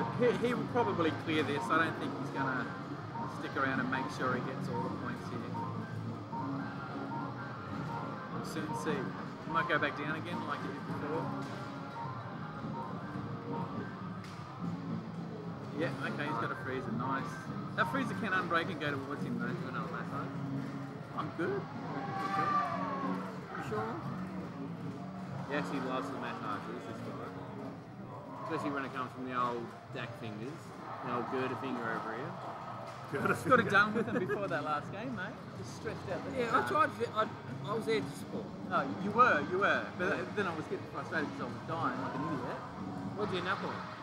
Nothing. I don't even know. Like a third again or something. We got nut here. Sorry? We got nut on here. Yeah. Sorry, what was that? We got nut on here. Oh, yes. Shane. Sorry. Oh, Nut, yeah, Mr. Nut. Hello, Lukey Mr. Nut. Luke. That was a peach. Now we know that was Matt controlling over Now- Yes, now, yes. Now things are happening. That was tragic. Alright, so Matt's having a bit of a weak game. who? Matt's got a bit of a weak game. He had a extremely blocking rivet one. Yeah, I was looking over there. I'll call it here and I'll say Matt's going to win this. I'm so confident. I'm so confident. Matt's got enough skill in the barrel grouping to be able to pull a big 3-1, I reckon, yeah. He's going to pull a big number, I reckon. That's. So you're saying Matt? Matt will pull, I reckon Matt will pull a big 3 barrel, first barrel board. Well, let's see then. It could get wilder too, though. You know, it's level 3. He's good at that though. He's good at sort of knowing what to do. He's not like us, or not like me at least. You're getting good, which is upsetting. Not after that last game, I'm not. Yeah, that was. What do you think of that game by Jeff? Don't even say. Don't even call it. Oh, well, We even I watched think it. I cracked under the pressure, mate. I think you had it. I think because you lost that man early, just threw you. You just sort of went, oh, what do I do? And you just sort of panicked. Yeah. That's my fear after watching the other ones. It's Yeah. like you just went, Yeah, shit, pretty much. I'm going to.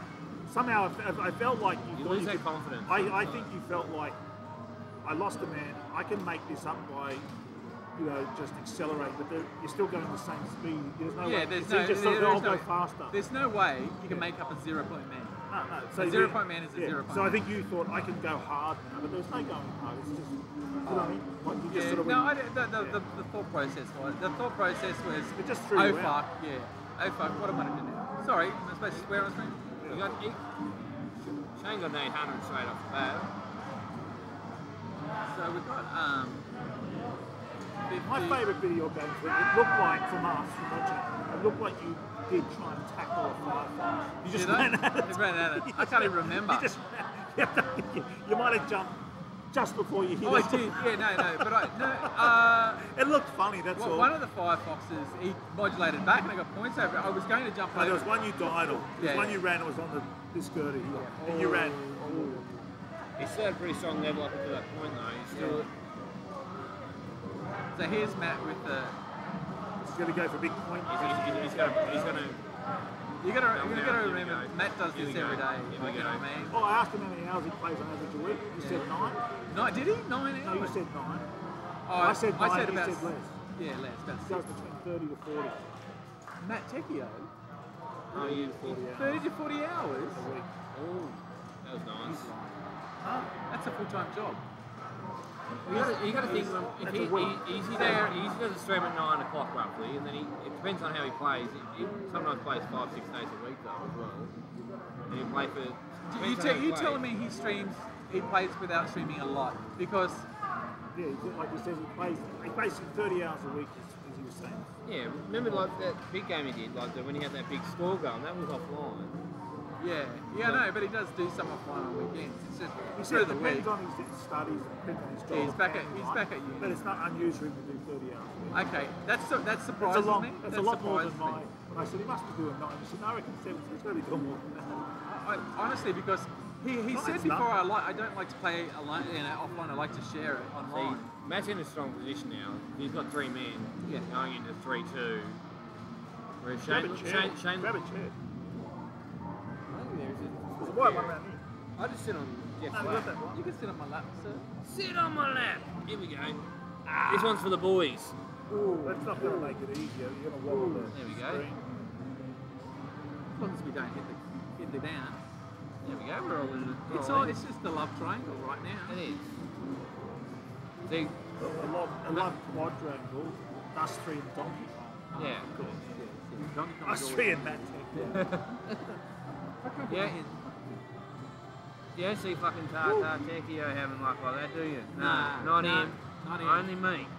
So Danny here is able to quote pretty much any phrase out of King of Kong, any phrase out of the Tecchio and Soundboard. Soundboard. Have you seen King of Kong?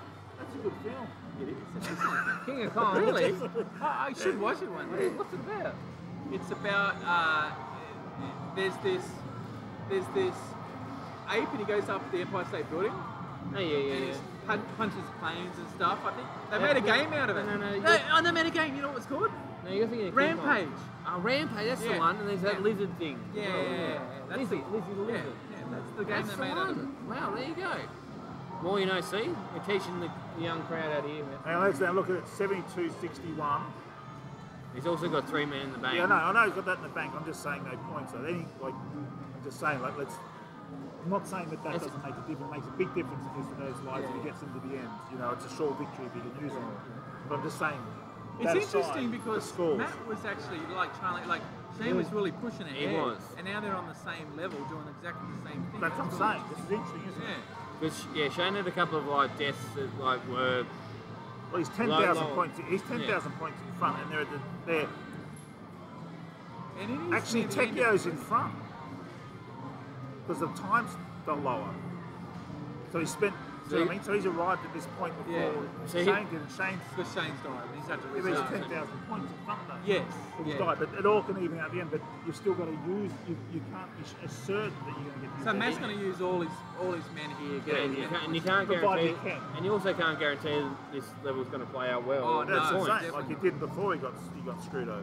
Oh no, he jumped the fireball, didn't He did, but he did Like get a screwed legend. over. They trapped him down so he couldn't Legend. get any points for a long, long time. No one's got a fireball to modulate yet, have they? No, in the rivet, no. You mean the spin modulator? Yeah, when they get stuck. he? What's happened when it modulates? Oh, basically you can get them trapped in the rivet as you take it out, and they just sit there and spin it about 100 times. Yeah, so they'll stick in that little gap in between where the rivets break out, yeah. You and can they'll get just sit there, multiple, actually. and they'll sit there going You like don't get crazy. points for it. No. Oh, you could probably leech it. But you can leech if you want. If you ever get one, you leech it just for the sake of it. Yeah. But it's just so you can quote Alan Stoll and be like, look at these Look at these modulate. You know the classic Alan Stoll. I try and erase those things. Okay, we all do. But Well, you got to imagine when you said that. Yeah. And Alan Stoll, there was in my brain. I have to take it and it goes down into the trash can. And it goes delete, and I say yes. But then, yeah, because obviously Matt's got, like, whoever watches Matt, they've got Yes, here you go, mate. Sorry. they've got the like Matt's got his soundboard obviously, which has got like the modulate thing. So that's obviously the thing that we all quote. Alan's the most quotable man, Donkey Kong. Pretty much, yeah. To be honest. Not. He it said can't a lot be- in these It can't years. be more than Brian Coo. See, Brian Coo's only got the kill screen thing to go. It's massive though. It is It's good. massive. That's It is like the Death Star blowing up a But- planet. And all these other things are just little TIE fighter things. But this This is a massive, it's like a sledgehammer Yeah, versus... You see the one where 100%. they use that sound to call random people? Kill screen. But you also got a so you got the kill screen thing, which is obviously probably the most famous Donkey Kong. There's plenty of kill screen coming up. But when it comes to Aussie streams, like all us guys, all we ever do is quote Alan. Can I just tell you, Shane has pulled a fucking big one out of the. This is going to be interesting. He's gonna easily get 90. Yes, Oh, he's still got another man left too. Yeah, that's what I'm saying. He's easily gonna get 90. But let's just see. I'm not saying I'm not going for anyone. I'm just trying to see what happens. I think that these level 3 games, because what happens early can catch up later. Like, you know what I mean? Because you spend a lot of time doing one thing and you lose something. And It's early days. And is the winner of this has been tested. is the winner of this take on Barra for the grand final? I think so, because there was only 5. I went for. Oh, is there someone else left in here? I feel it's got to be these two versus Shane, these two's got to be Barra, versus Tecchio. Barra, doesn't it? Yeah, I think There's no other games going on. Yeah, the winner of this plays back. Yeah, pretty much. I played Barra earlier, let him win. I played Matt earlier, let him win too. Just so you guys are aware, like it was like the long term. I was like, I want to see Takio go down. Attack him. So I thought, well, round 2. Make sure the barrier Hang on, gets look at hit. this. Hang on. No, doesn't matter. So I thought, I've got But Barra. he's Well, got to get down here. I just wonder how. So we need to watch Shane here because Shane's about to finish his last man. So that's the score to be that Tecchio will change. depends if he can get over here and leech or not. It's going to be hard. Oh, so he doesn't want to end it. He actually wants that leech points. He does not want to end it. He's not going to get it. I don't think he's got not much going to get it. choice. Yeah. Right, so 700, 9. Okay. That's a good score. There you go. That's a good score. He can easily beat it if things go wrong. Yeah, 93.3. I can't. It's still got to be like a 10. I said 93.5, but it was 93.3. I can't count. It's still got to be at least a 9,500 game per level, and this is not a good setup he's in right He's got now. a freeze up here. He's not in a good. This is not a good spot to open it up with. He's going to go over Once here. he's got this, But all, if this guy wants to come over, then this guy yeah, but wants to Matt come will up. just do his back jump fucking flip over that, to be honest. Yeah. Oh. I hate that. I hate that shit. fly ball so Yeah, bad. yeah. So I'm such a stickler for going against the wall and coming back. Yeah. And you have that one that you can even have, especially when you get to level 5 when they're at the top. You can go pick the hammer up and they can zoom down from the top right down to you before you even get the hammer. Like they can get you Oh, back. oh, that's ridiculous setting, mate. So he's basically 10,000. And when I did get a river board in my game, those fireballs just stayed down. They did not come up. It was so frustrating. Okay, here we go. If you can, I don't think you can get them all. Nah. Oof. Doesn't matter. He's gonna just But leech. he's going to need a big. What we need? He definitely wants that 10,000. umbrella. He's gonna like. I got my eye on that umbrella. I'm gonna leech and grab that umbrella. You watch. He's going to point. Oh, I thought he's going to go try and point Prince there. Okay, I'm gonna go for this point. That makes sense. Hopefully you'll draw him down so that he can next get it. Yeah, and it was 800. It was a good one too. It's always They going to be win. 800. Well, No, Yeah, they're, it's either 8, 3 or 5. no, they're always going to be 800 after level 3. Prizes. No, the prizes. No. Yes. Here we go. Ready? No, it didn't do it. So usually no, back no. flips that goes again. Prizes are always 800 after level Right, so 3. he's still he's like, Prizes. the last man. Are always 800 after So level if he 3. has, Let's have a look. This is gonna be close. Do you do- I mean, we've got to look. This is it. This is going to be close.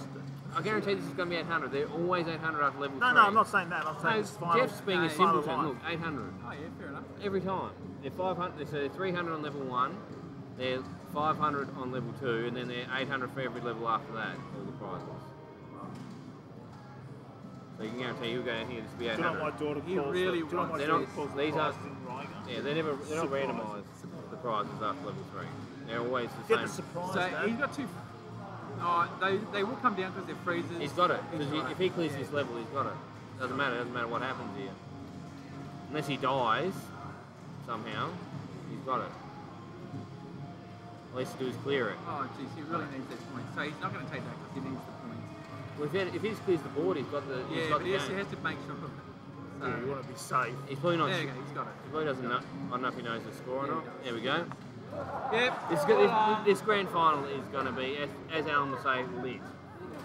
It's going to be lit. This It is gonna be gonna lit, right. full on lit. Woo! What a battle! What a battle! You made it hard for him, man. That's what's a little different. I didn't know I had one man left. Right, it's a Barrow Techio showdown. They're like, no, they're freaking idiots. I don't know if anyone's still there watching.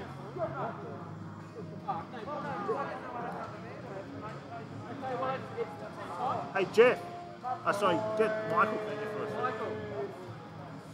Michael, wait for a second. Do you want to watch the final with me? Phil, You want to watch I'd the love final? to Let's do watch the the commentary, final the with you. final, the last one. let's do this. But when they start, so we know it was in Techio and Barrow. So let's see what happens. How close are these games, Jimmy? How close are they? Jimmy.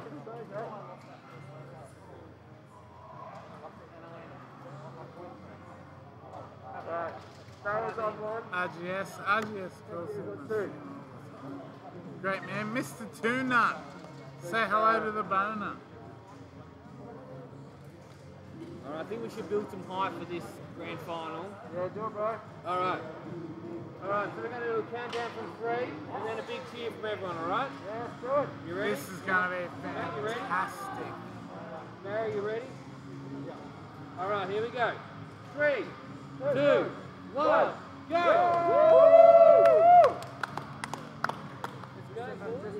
Phil?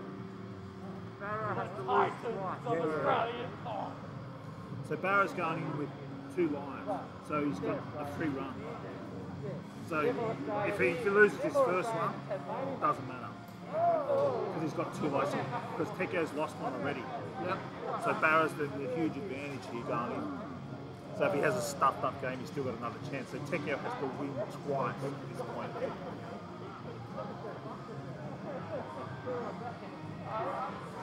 So who are you going to focus on here? Techio is my man. No, whose screen you looking at? I'm going to try and look at both, and I'm just going to look at the high score, the scores at All right, the all right, well, moment. yeah, we'll just flick back Early and forth. days at the moment. I think Barrow's grabbed the hammer. Barrow's got a huge advantage because he has to lose twice. So if Tekio loses once, that's game over. Okay. If Barrow loses once, they play again because Barrow is the only player who hasn't lost a game in the match so far in the tournament. So therefore, he's got to get out of jail free card basically. Tekio's just grabbed bottom hammer. I think he. So it doesn't mean that I think Barrow's going to win, but he's got a huge chance of winning because Tekio's got to beat him and then beat him again. It's like talking to Neil Canspaw about Ghosts and Goblins. You've got to play the game and then you've got to play it again. Yep. Yeah, and we all know Tekio can do it. Yeah. But he's got to do it. That's the only thing. Like, Yep. we all know Barrow can play. You know, Yeah. so I'm just saying the advantage is, if you were going in here right now, would you rather have 2 lives or 1? Yeah. To Well, put skills aside, this is a big advantage. is let's all I'm not saying. discount Tekio. I'm not discounting Tekio. No, I'm just 100% I'm I just know saying you're it's not. like, would you I know. rather have would you Whoa. rather have a double barrel shotgun to try and hit an animal where you get 1 shot then another, or would you just rather have 1 shot? If you miss, you don't get another chance. But that one shot is fantastic. No, I'm talking about you. I'm not talking about you. I'm just talking Me? about you. It's you going in. Do you want a double barrel or a single? Not Matt Tekio. He's not shooting for you. I'm saying you're being given a gun to hit a target. You can fire with a double barrel once and then again, or you just want to do it with 1. And that's what I'm saying is a big advantage. It doesn't mean he's winning. I'm just saying it's clearly if this was reversed, I'd be saying the same about Matt Tekio. Mate, I would. It's not about their names. It's just about the legit. It's the logic. It's just the. I can't wait to see how this plays out because both of these guys are Look, either way. fantastic Yeah. players.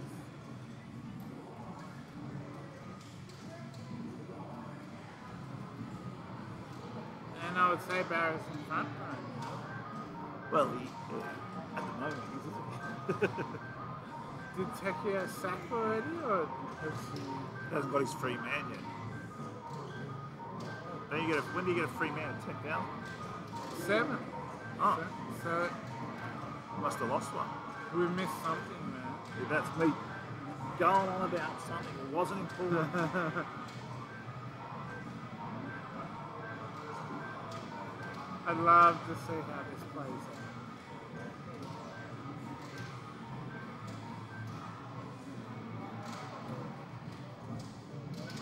Yeah, sucked him So down. they're really pointing. Make the fireball work for you. Barra's just played that What is he- perfectly. Watch this hill, see? Barra's trying to draw that fireball down again. Take the points. 8 points, 1,700. Let's see where Tekio's at. So he's finished it. Let's see. We go. So he's finished at 1,700. Or Okay. yeah, sorry, 17,000. Sorry. So where will Tekio finish?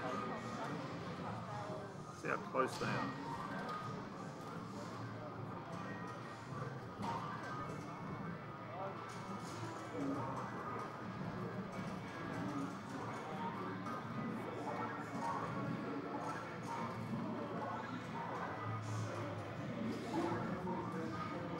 $17,400 as well. I'd like to give a shout out to the Bar Girls. Look at that. They both finished on identical scores. That's how tight this match is. What do you reckon of that? If you ask me, I did ask you. What do you think of that? I can't That's incredible. split it. I can't split it. Can't split it. No Can't way. split it. No way. And you can play a game for 36 hours. See, that's the thing. Not this.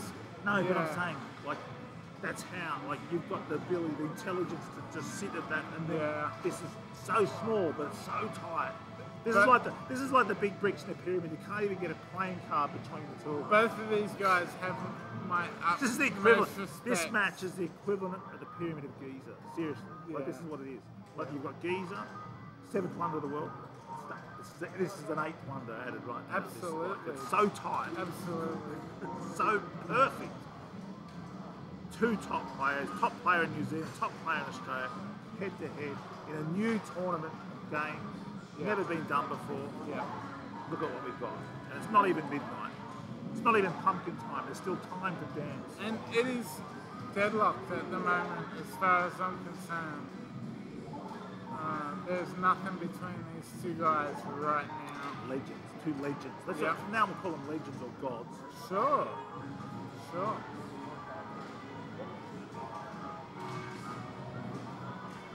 Like two seven. He didn't make it up the ladder, but that's the sack. That's probably a sack. Oh, okay. So he's gonna keep going.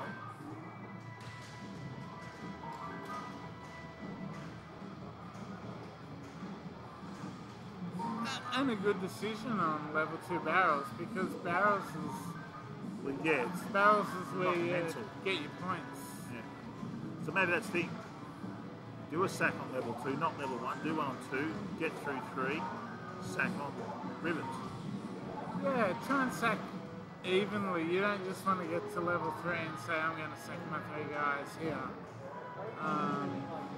When it feels good, just do it. That could be an extended logo for Nike when it feels good, just. I want some money for that, if they do that. Yeah. Do you see that they're both sacking on level 2 barrel Yeah, we board? just talked about that. Yeah. So that's what Matt was talking about last time to me. He said Oh, the okay. barrel boards is what. Yeah, and when it feels good. And when it feels is good. what I said. Kong is a MF, Yes, it is. so you just go with the flow, I guess you would say, wouldn't you? I'm gonna go back and watch live. Yeah, All right. Here we go. Let's look at it. 3-4, 3-1. And Tekio's still got to get top hammer, so Yeah, that's what I mean. it's neck and neck Yeah, right it's really now. close. That's what Yeah. I'm saying, Tekio's got a fireball above him. No, he's come down. This yeah. Barrow's through, so there we go. So 3-7, 3-8, 1, 0, 0. It's be interesting to see where it finishes on this book.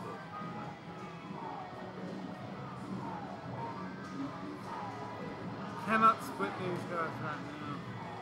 Except Barrow's got one more man. Ooh, took the paint off that barrel, Michael. You got to do that sometimes. That's what separates the men from the boys, is taking the paint off the barrel. I thought it was pubic hair.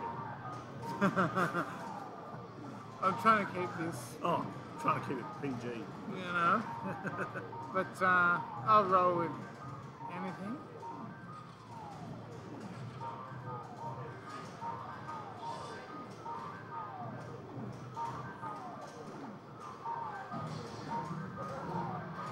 So we're getting, he's going to pass.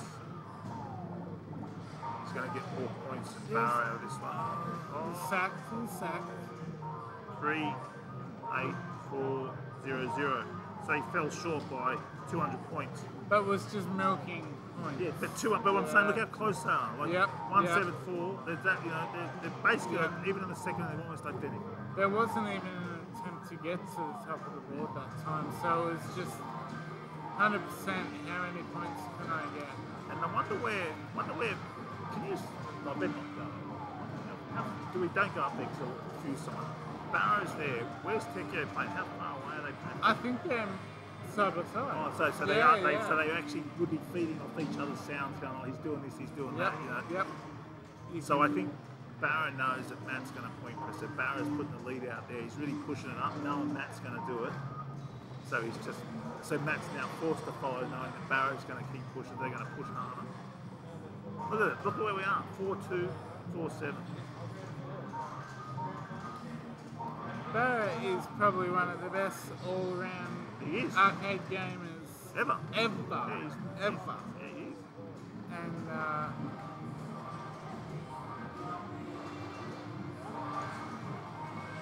I can't stress enough that both of these guys are at the top of their game. And it comes down to RNG and luck and all that as well. Oh, yeah. Look, the thing is, yeah, there is luck in this, but there's more skill than luck in Donkey Kong. You know, there is. You know, like, you It's can about, see. yeah, and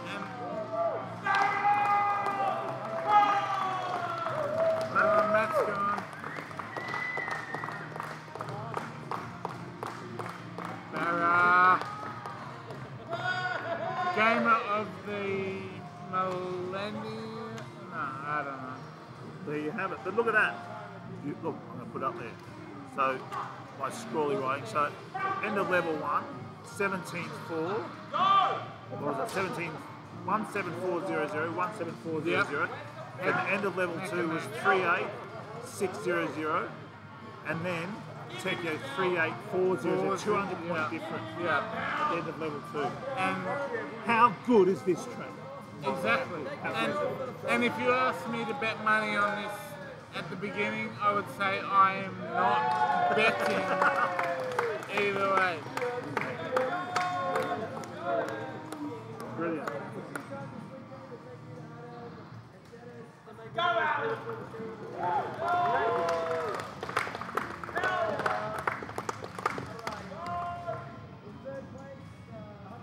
And it played out exactly the way we wanted it to play out.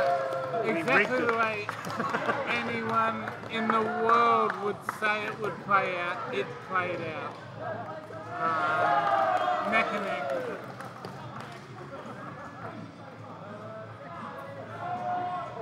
And the difference, one man, we've got 44 against 50. Yeah, that's right. So One bit of bad luck So it was. means that it could have gone either way with the luck of the game, we're saying. Yeah, so Barrel's on his final life. Was he on his final life or he just let it die out? I don't remember now. Actually. No, Tekio lost his last guy, and that was it. But I don't know if Barrow still had some in reserve. I didn't look. Yeah, you can just stop once you're ahead. Fantastic game. You couldn't have asked for a better fun, honestly. It played out. And you couldn't split them. No. I'll just get Barrow in here for a second. Sure. Michael, just wait. So, I need to talk to you in a few minutes. Yeah, no worries. When we can get some time. When you're ready, just be real quick. Hey, you gotta do it for your fan base. Yeah. People will be watching this on the stream later. Yeah, they will. Yeah, people come back. Well done, mate. Cheers, Congratulations. mate. Thank you. So just quickly, this is all I want to say. Congratulations, fantastic. Fucking level 3, what a great Yeah, what a good comp. Yeah, it was good fun, actually. So this was, I just thought you'd find this interesting. Let's go! He's a fan. Yeah. Who's that guy? But I thought you'd find this interesting. So at the end of level 1, Yeah. what, do you remember? You wouldn't remember what your score was. Yeah. What was it? 17-4. Do you know what his was? He had less than me, I think, but one man down. 17-4. Oh, was it? Yeah. But he had a man down, didn't Yeah, I didn't get it, but it's 17-4. And do you remember what level 2 was? he? Nah, my level 2. Yeah. I didn't get to the end of level 2. Yeah, you did. No, I was in the rivets. Oh. You didn't finish level 2. No, I was in the rivets just then. I had 50k. I sacked a man on 2-1. Yeah. Played the sprint and then got to the rivets. I thought you finished it. So, hang on. Level 2. Oh, neither of you finished level 2. No. Oh, okay. Well, there was a point. Well, it doesn't make I any think it was difference. on the sprints, yeah. Wonder where I must have. I recorded a score at some point. Anyway, what I'm saying is 17-4-4. There was another time I recorded a score. You have to watch again. It was 3860, 3844. Oh, it was probably the springs, yeah. Yeah, but wherever it was 200 points different. So, like, Close, it was yeah. so close. Yeah. Like, watch it here. Like, you'd see if thing finished. And be like, I was on a I was on a huge pace on that game. That would But I have was watching. that would have beat my 104. Because when you're sitting that close, you must be. He must hear the sounds. Because if you're in front, He was he'll hear behind me on boards. Yeah, he was behind you on Yeah. boards. But like, if you were at the top of the board, he was sort of halfway. You know, like he was playing slower or started later or whatever. He got died early on, so. So I figured you must have been saying he's going to point press. I'm going to point press. So he put the pressure on the Oh point yeah, you press. have to, yeah. But how'd you There's no feel? way I But wouldn't going have. in with no lives lost must have been. I was saying it's like going out with a double barrel shotgun. I shooting with I was on a huge pace for that. Yeah. Well, he would have had to do real well to be like. I just got a good board, you know. Everything went well. And just quickly, that's from from Stacey. I don't know. Oh, we got vouchers, but I don't know who the 200 Stacey. from. It's The 200 from you. No, I threw in the 75 voucher plus I think a hundo for me, Oh, and then okay. Jimmy just picked up the prize. Legend. So who's it from in here? Let's just Jerry say and Jerry BPAC. and Jimmy. Well done. So Jerry Scott, Arcade's biggest fan. Spacey, so it's between Spacey's Arcade in Toowoomba and Netherworld with prize money. So well done, mate. Hey, I'm happy to lose to you. It's not like I lost to Billy Mitchell. Yeah, fuck off. See you next year. All right, that's it for me tonight. Yeah, I'm done. Good stuff, guys. Yeah, see everyone again. See you all tomorrow. Jay, Texter, mates, Kibby. Love Awesome. it. Hope you guys doing well. Miss yous. Sucks you can't be here. Would have been awesome to be. Yeah. Hey, I know that logo. Yeah. It's a Phil logo. See the spacies and the Yeah, in between the and the lettering. gap. Phil. Oh mate, I've got a photograph of that from my niece. I got your logo on my back of my fucking car bundle. Yeah. Plenty more where that came from, baby. And not pain. Well done, mate. Oh, let's go. See you tomorrow. Yeah. Are you going to go to Bellies or? Well, I got my bag. Well, my bag's interior, so I need to go back there. I can't change the camera. I just want to go anywhere I can go now. Okay, so someone is now we give you your stuff. Yeah, that's exactly what I want.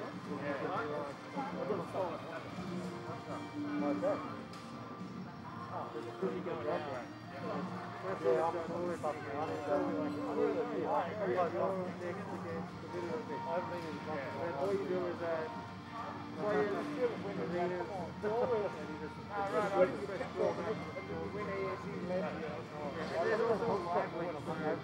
there's a live link to the matches. Very similar to that. So, you know.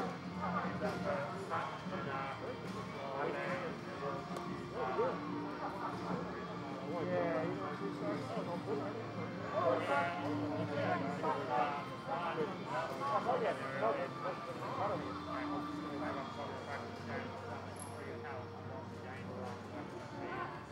Probably won't be there on Monday. No, I won't be. I'm going to be here. We'll go. Thanks, Eloise.